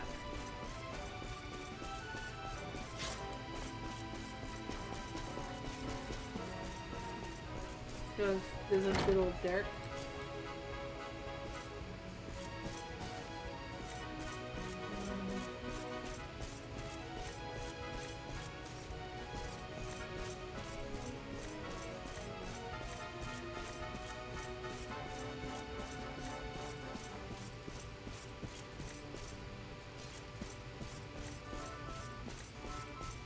Oh, maybe over here. Fingers crossed.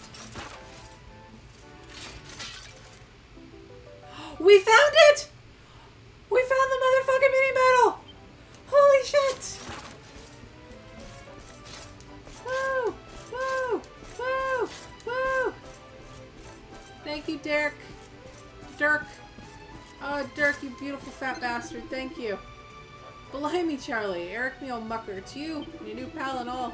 Listen, though. It's not, I ain't glad to see you, but you really shouldn't hang around here. The streets are crawling with soldiers on the lookout for you. If I was you, I'd wait for the heat to die down a bit and then come back. In the meantime, I have a bit of travel and see what the rest of Old Deer has got to offer. Okay. Woo! Okay, now, before we go, because now, of course, my curiosity is piqued, there is a chest in the slums that we did not get. So we want to open that chest, see what that's all about. But we got a mini medal! Oh, there's a chest right there. Look at this shit. It's all sorts of good stuff.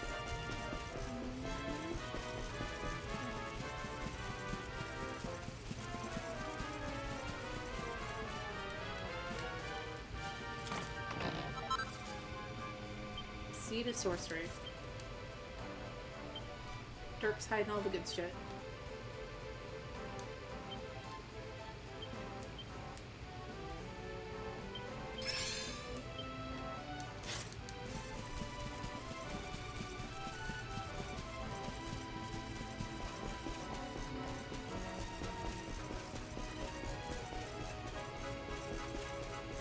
I was kind of surprised when you mentioned the Japanese version not having voice acting.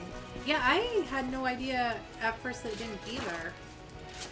But I guess that's... I was reading an article, and it was talking about how Yuji Horii doesn't want the characters voiced, and the reason's twofold. Because he wants the character to be able to imagine their... I don't know what they sound like or something. That sounds kind of ridiculous. But the other reason being that he wants the script to be flexible. Like, I guess the way he writes. He doesn't want to submit any dialogue that's... and then be compelled to,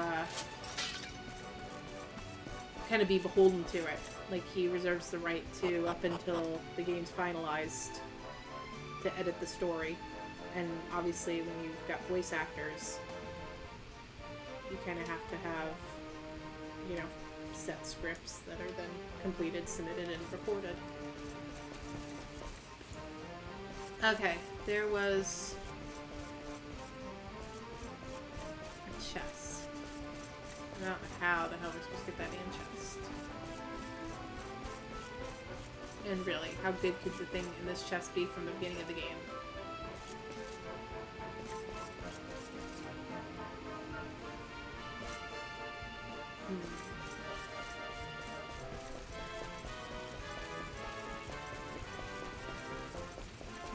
Looks like it's here, though. Oh, ha! I like how the camera panned up for it. Have you explored Cobblestone yet? So, Cobblestone's kind of destroyed, and I did do a pretty good job of exploring the wreckage. I probably didn't do a very good job of exploring Cobblestone when it was still standing, but kind of no going back there.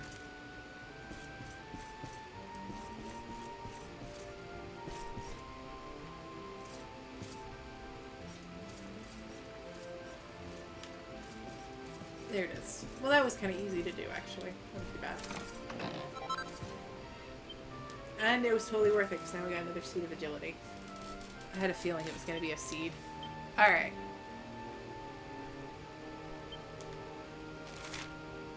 Kind of surprised we didn't find a single recipe. But I guess we got them all at this point.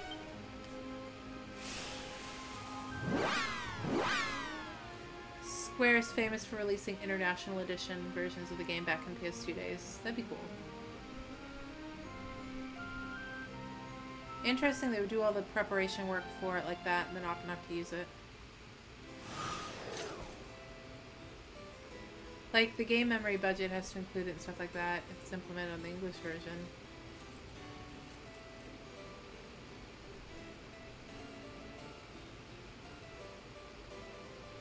When we got it here, not only did we get voice acting, but we also had orchestral soundtrack part of the course, it seems.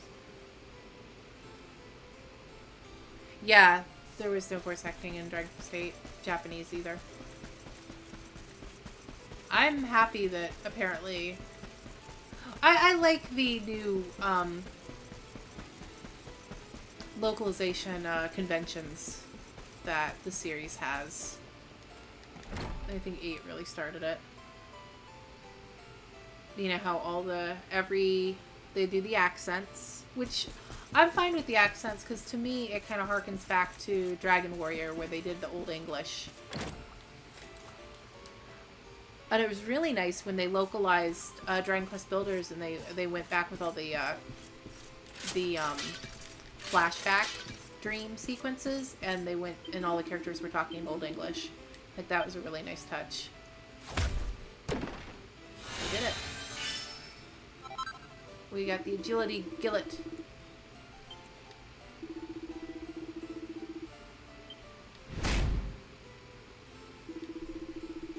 You've maxed out this page, but your career as metal detector extraordinaire is not at an end. No, it's time to turn over a new leaf. Okay. A glombolero. I don't know what a glombolero is, but... And I don't think we're ready for a glombolero. I have a feeling we've gotten all the mini medals. I've been pretty thorough. So the next set of mini medals must come from our next adventure. A portion of the game, maybe. Or maybe I'm full of shit. I don't know. I feel confident, though. What did I got an Agility Gillet. Defense, Agility, Charm. Oh my goodness. Look at what that does. Oof. Only problem. Eric's gonna return to normal. Sadness.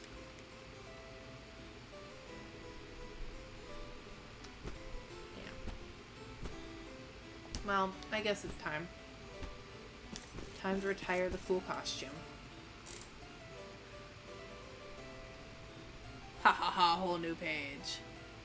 I read an interview with the new director talking about how he played Dragon Quest 2 and didn't think he'd eventually direct his own Dragon Quest.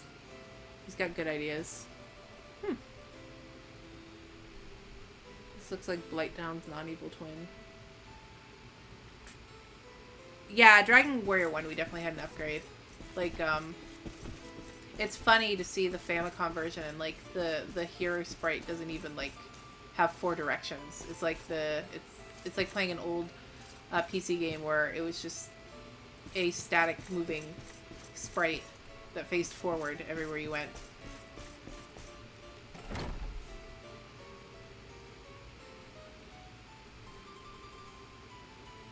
We could go play some casino.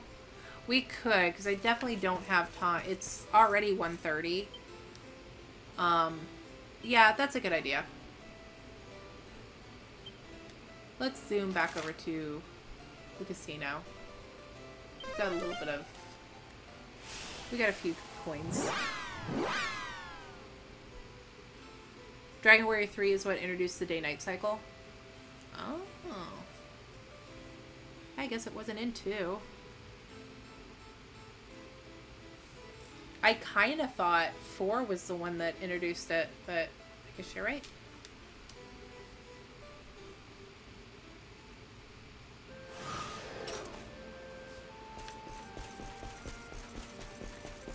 I have one of the Famicom. Which one do I have? Oh, this one. I've got...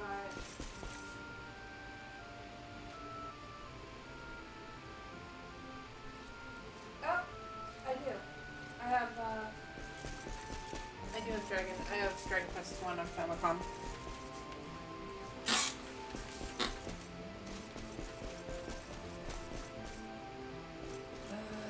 Okay. Church.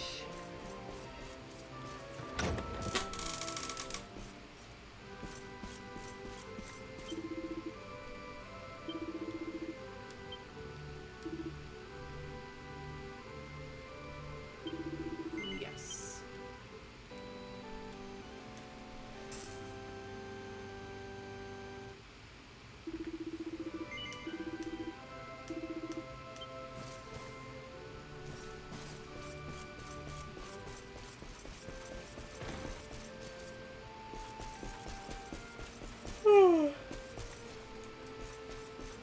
I'm actually kind of sleepy. I'm going the wrong way. I've lost the casino. It's this way.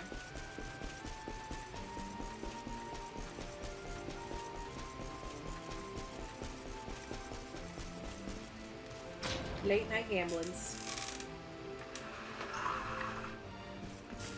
You know, it's funny, I used to hate passwords because of course you had to write them down and you had to get the font just right, and sometimes it was hard to, your handwriting wasn't the best, then zeros would look like O's and ones would look like L's, and passwords are bullshit.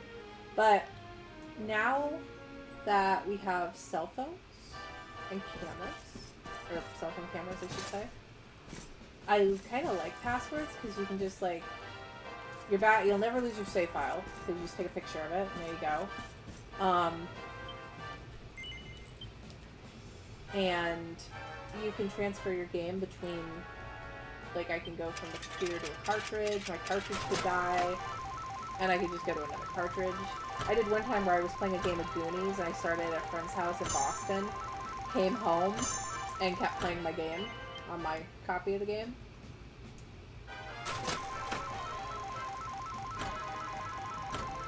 So it's like, now I think password saves are kind of awesome. They did such a great job on this game. The environments, the armors, the weapons, the characters, just brilliant. I enjoy watching it play through. Oh, thank you. I'm definitely enjoying playing it. And it's nice having people to talk to while I play it. There's a lot of, you know, when you're just kind of fighting, and it can get a little monotonous. Especially the casino here. But it's nice to have people to talk to and keep me kind of focused. Oh, we're about to go into metal mode. Sweet.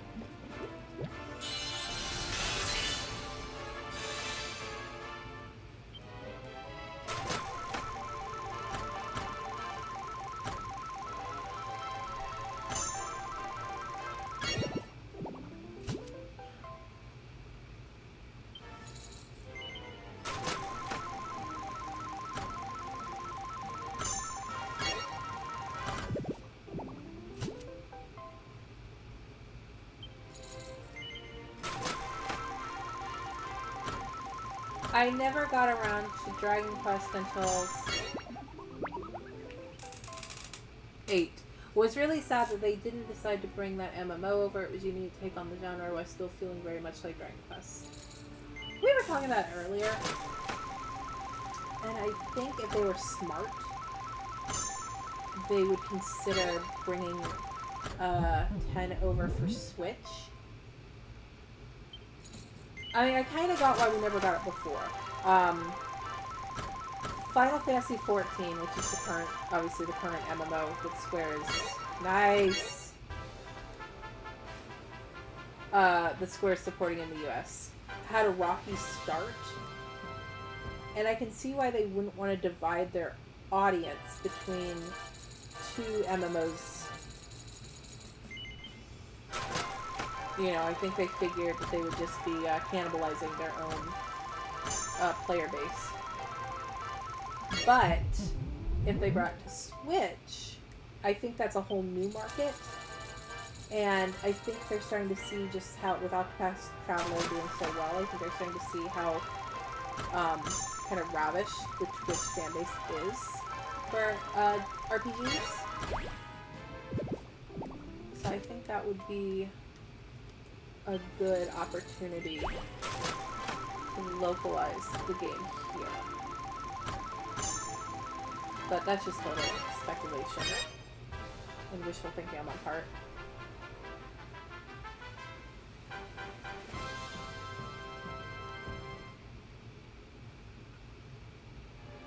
So he's got 9,000, I swear, these classic slots are a lot better than the Ulysses machines. Although those are fun to watch. These seem to have a better payout. Late to the party, she's still doing a regular mode or retarded monsters. I'm still in regular mode. We're about to go to Yggdrasil, and I'm sorry you're late to the party. I'm actually only going to be streaming this for like another 15 minutes. So I'm just killing some time in the casino before I have to log off and go get my son from school. I'm eager to see how his day went. He's on his 3rd kindergarten teacher in 4 weeks. And this is his first day with his new teacher.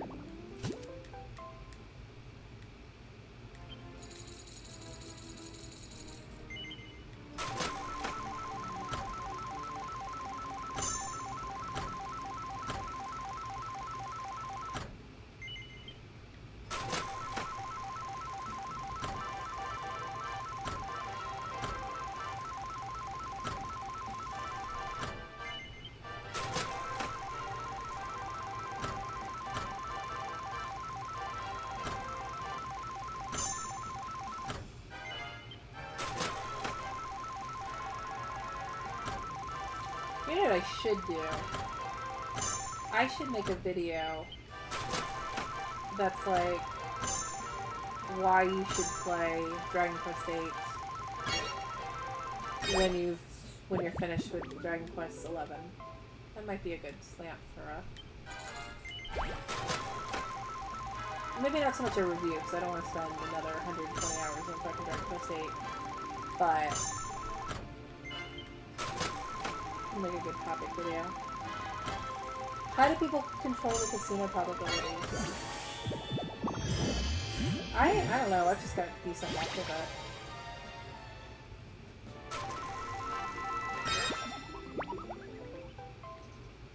To be honest. At first I was going over checking the bunny girl, trying to like sleuth out the right machine to use, and now I'm just like, screw it. Just pump some money into it and find a machine that seems to be... You get a feel for the machines. If it feels like you're doing too many rolls and you're getting nothing, just switch fucking machines. Don't stick with a bad machine.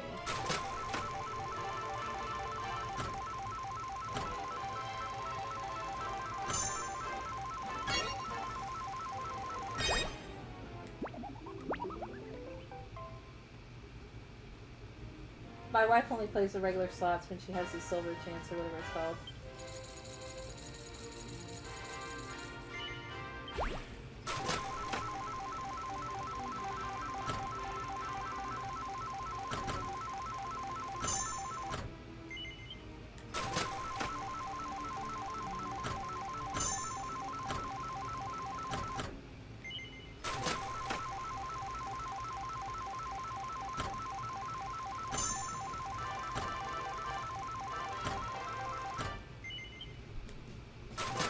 I might switch machines. This one seems to have kind of petered out a bit ever since I got the... Well, I mean, I'm still getting, like, tiny payouts. I'm not going broke.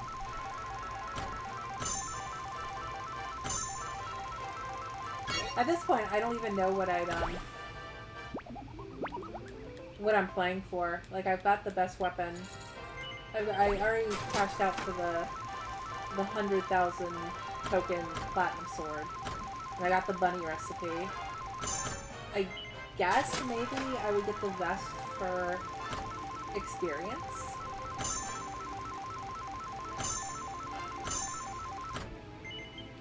I really don't need anything else. Well, hold on. There's Enix and Akira Toriyama first for Dragon Quest, and then Squaresoft and Akira Toriyama for Chrono Trigger. Don't forget, Yuji Horii, who's the writer for Dragon Quest, also worked on Chrono Trigger, which is what made it so frickin'... That's where, like, the RPG Dream Team, because it was Sakaguchi and Yuji Horii and Akira Toriyama working together under Square. Which I still, like, there's gotta be, like, some... I would love to read an interview about how that came about, like, how these two competing entities merged together to make, like, the ultimate RPG at the time. Like, that had to have been, like, an insane negotiation. And a huge spectacle in Japan.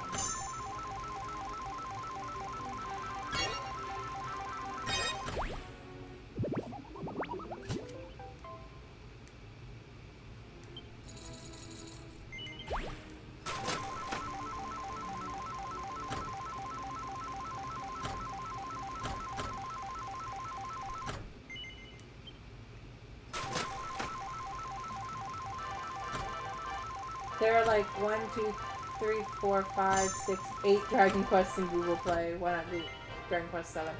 I don't know. That's a shame too, because Dragon Quest 7 I think is still my favorite of the Dragon Quests. It's definitely not one I would recommend to beginners to the series, but I just love the stories in it so much and the characters.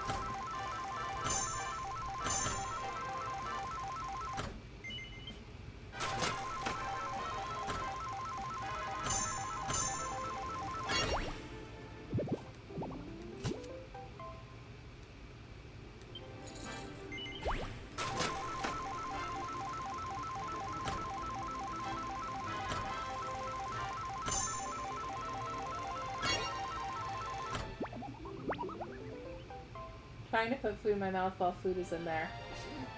Don't choke. Don't shove food directly down your throat. Brian McLagan, love your Charya. Love your Charya. Love your Charya.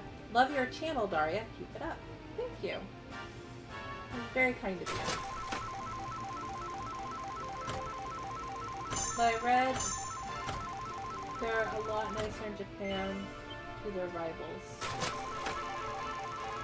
Not so cutthroat, a lot of, like, honorable behavior, I guess.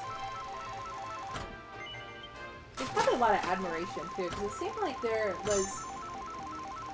like the atmosphere of game development in, like, the 8-bit and 16-bit days seemed to be a lot of, like, excitement over, like, what can we do and how are other companies doing it and what can we learn from these other artists that are making these systems.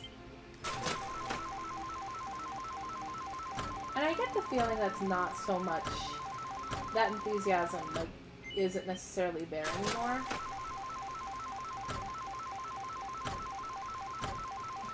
Of course, it's like all the same. I mean, for these companies, it's like the same guys are still working there, but now they're old, so they don't have that same enthusiasm that they would have had in like their 20s and 30s.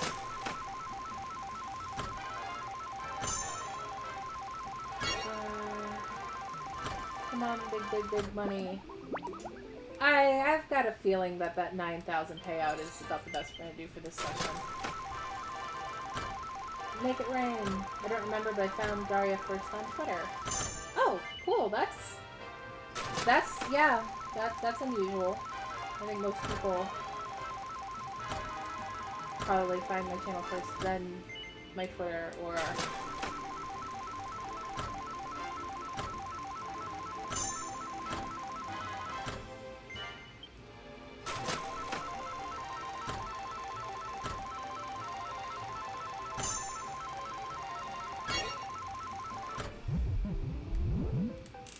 because obviously my Twitter is just smaller. It's about the 10th the size of my YouTube following. Well, even now we have like Dragon Quest Heroes, which was Square, and Koei. Man, I used to know how to pronounce that. Koei. I guess Koei. Like a fish? I don't know, it sounds wrong.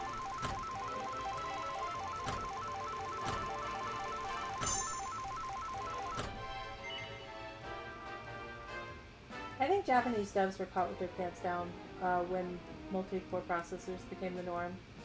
Concept was formed for them. Oh, like with the Saturn. I think they finally caught up though. Yeah.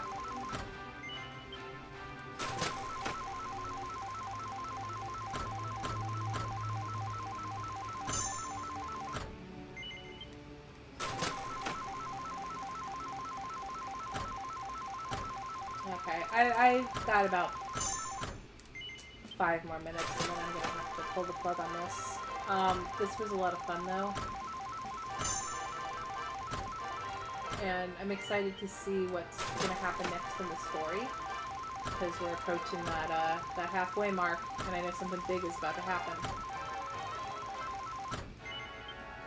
So we will find that out tomorrow morning. Because I think, after my, no sleep last night, I'm probably not going to be up late tonight.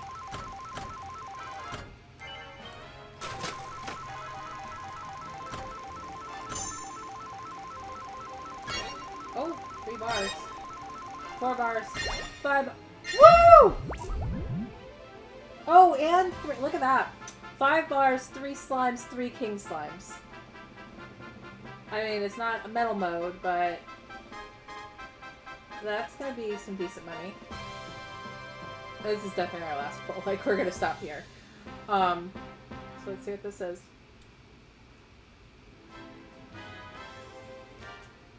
Look at that, another 9,000 tokens. That's not bad. We went from, oh, what did we have when we started today? 60,000? And we made 4, 5, 6, we made 70,000. We doubled our tokens today. Which is nice.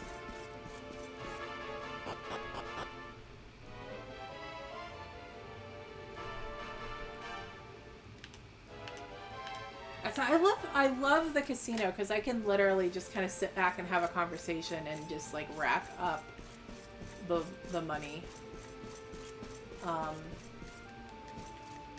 Which is what I was doing. Like last night, I literally was just sitting in Discord talking to some friends and just rolling the casino.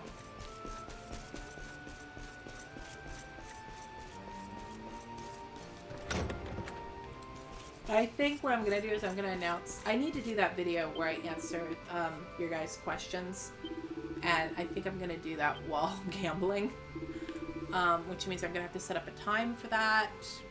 try to advertise it somehow so people know to come to the stream. Because I don't want it to just be a random morning stream where, you know, 12 people are watching me answer questions. Give people a chance to come if they want to. I have successfully recorded. Do you intend? No. No, we're done. But yeah, thanks everybody for showing up. This was fun. And I will see you all tomorrow morning at that 9:30, 10 a.m. Eastern time slot. And we will go explore the first forest, go to Yggdrasil, and kick Mordegon's butt. Although I'm sure we won't be fighting him just yet. Alright, later guys.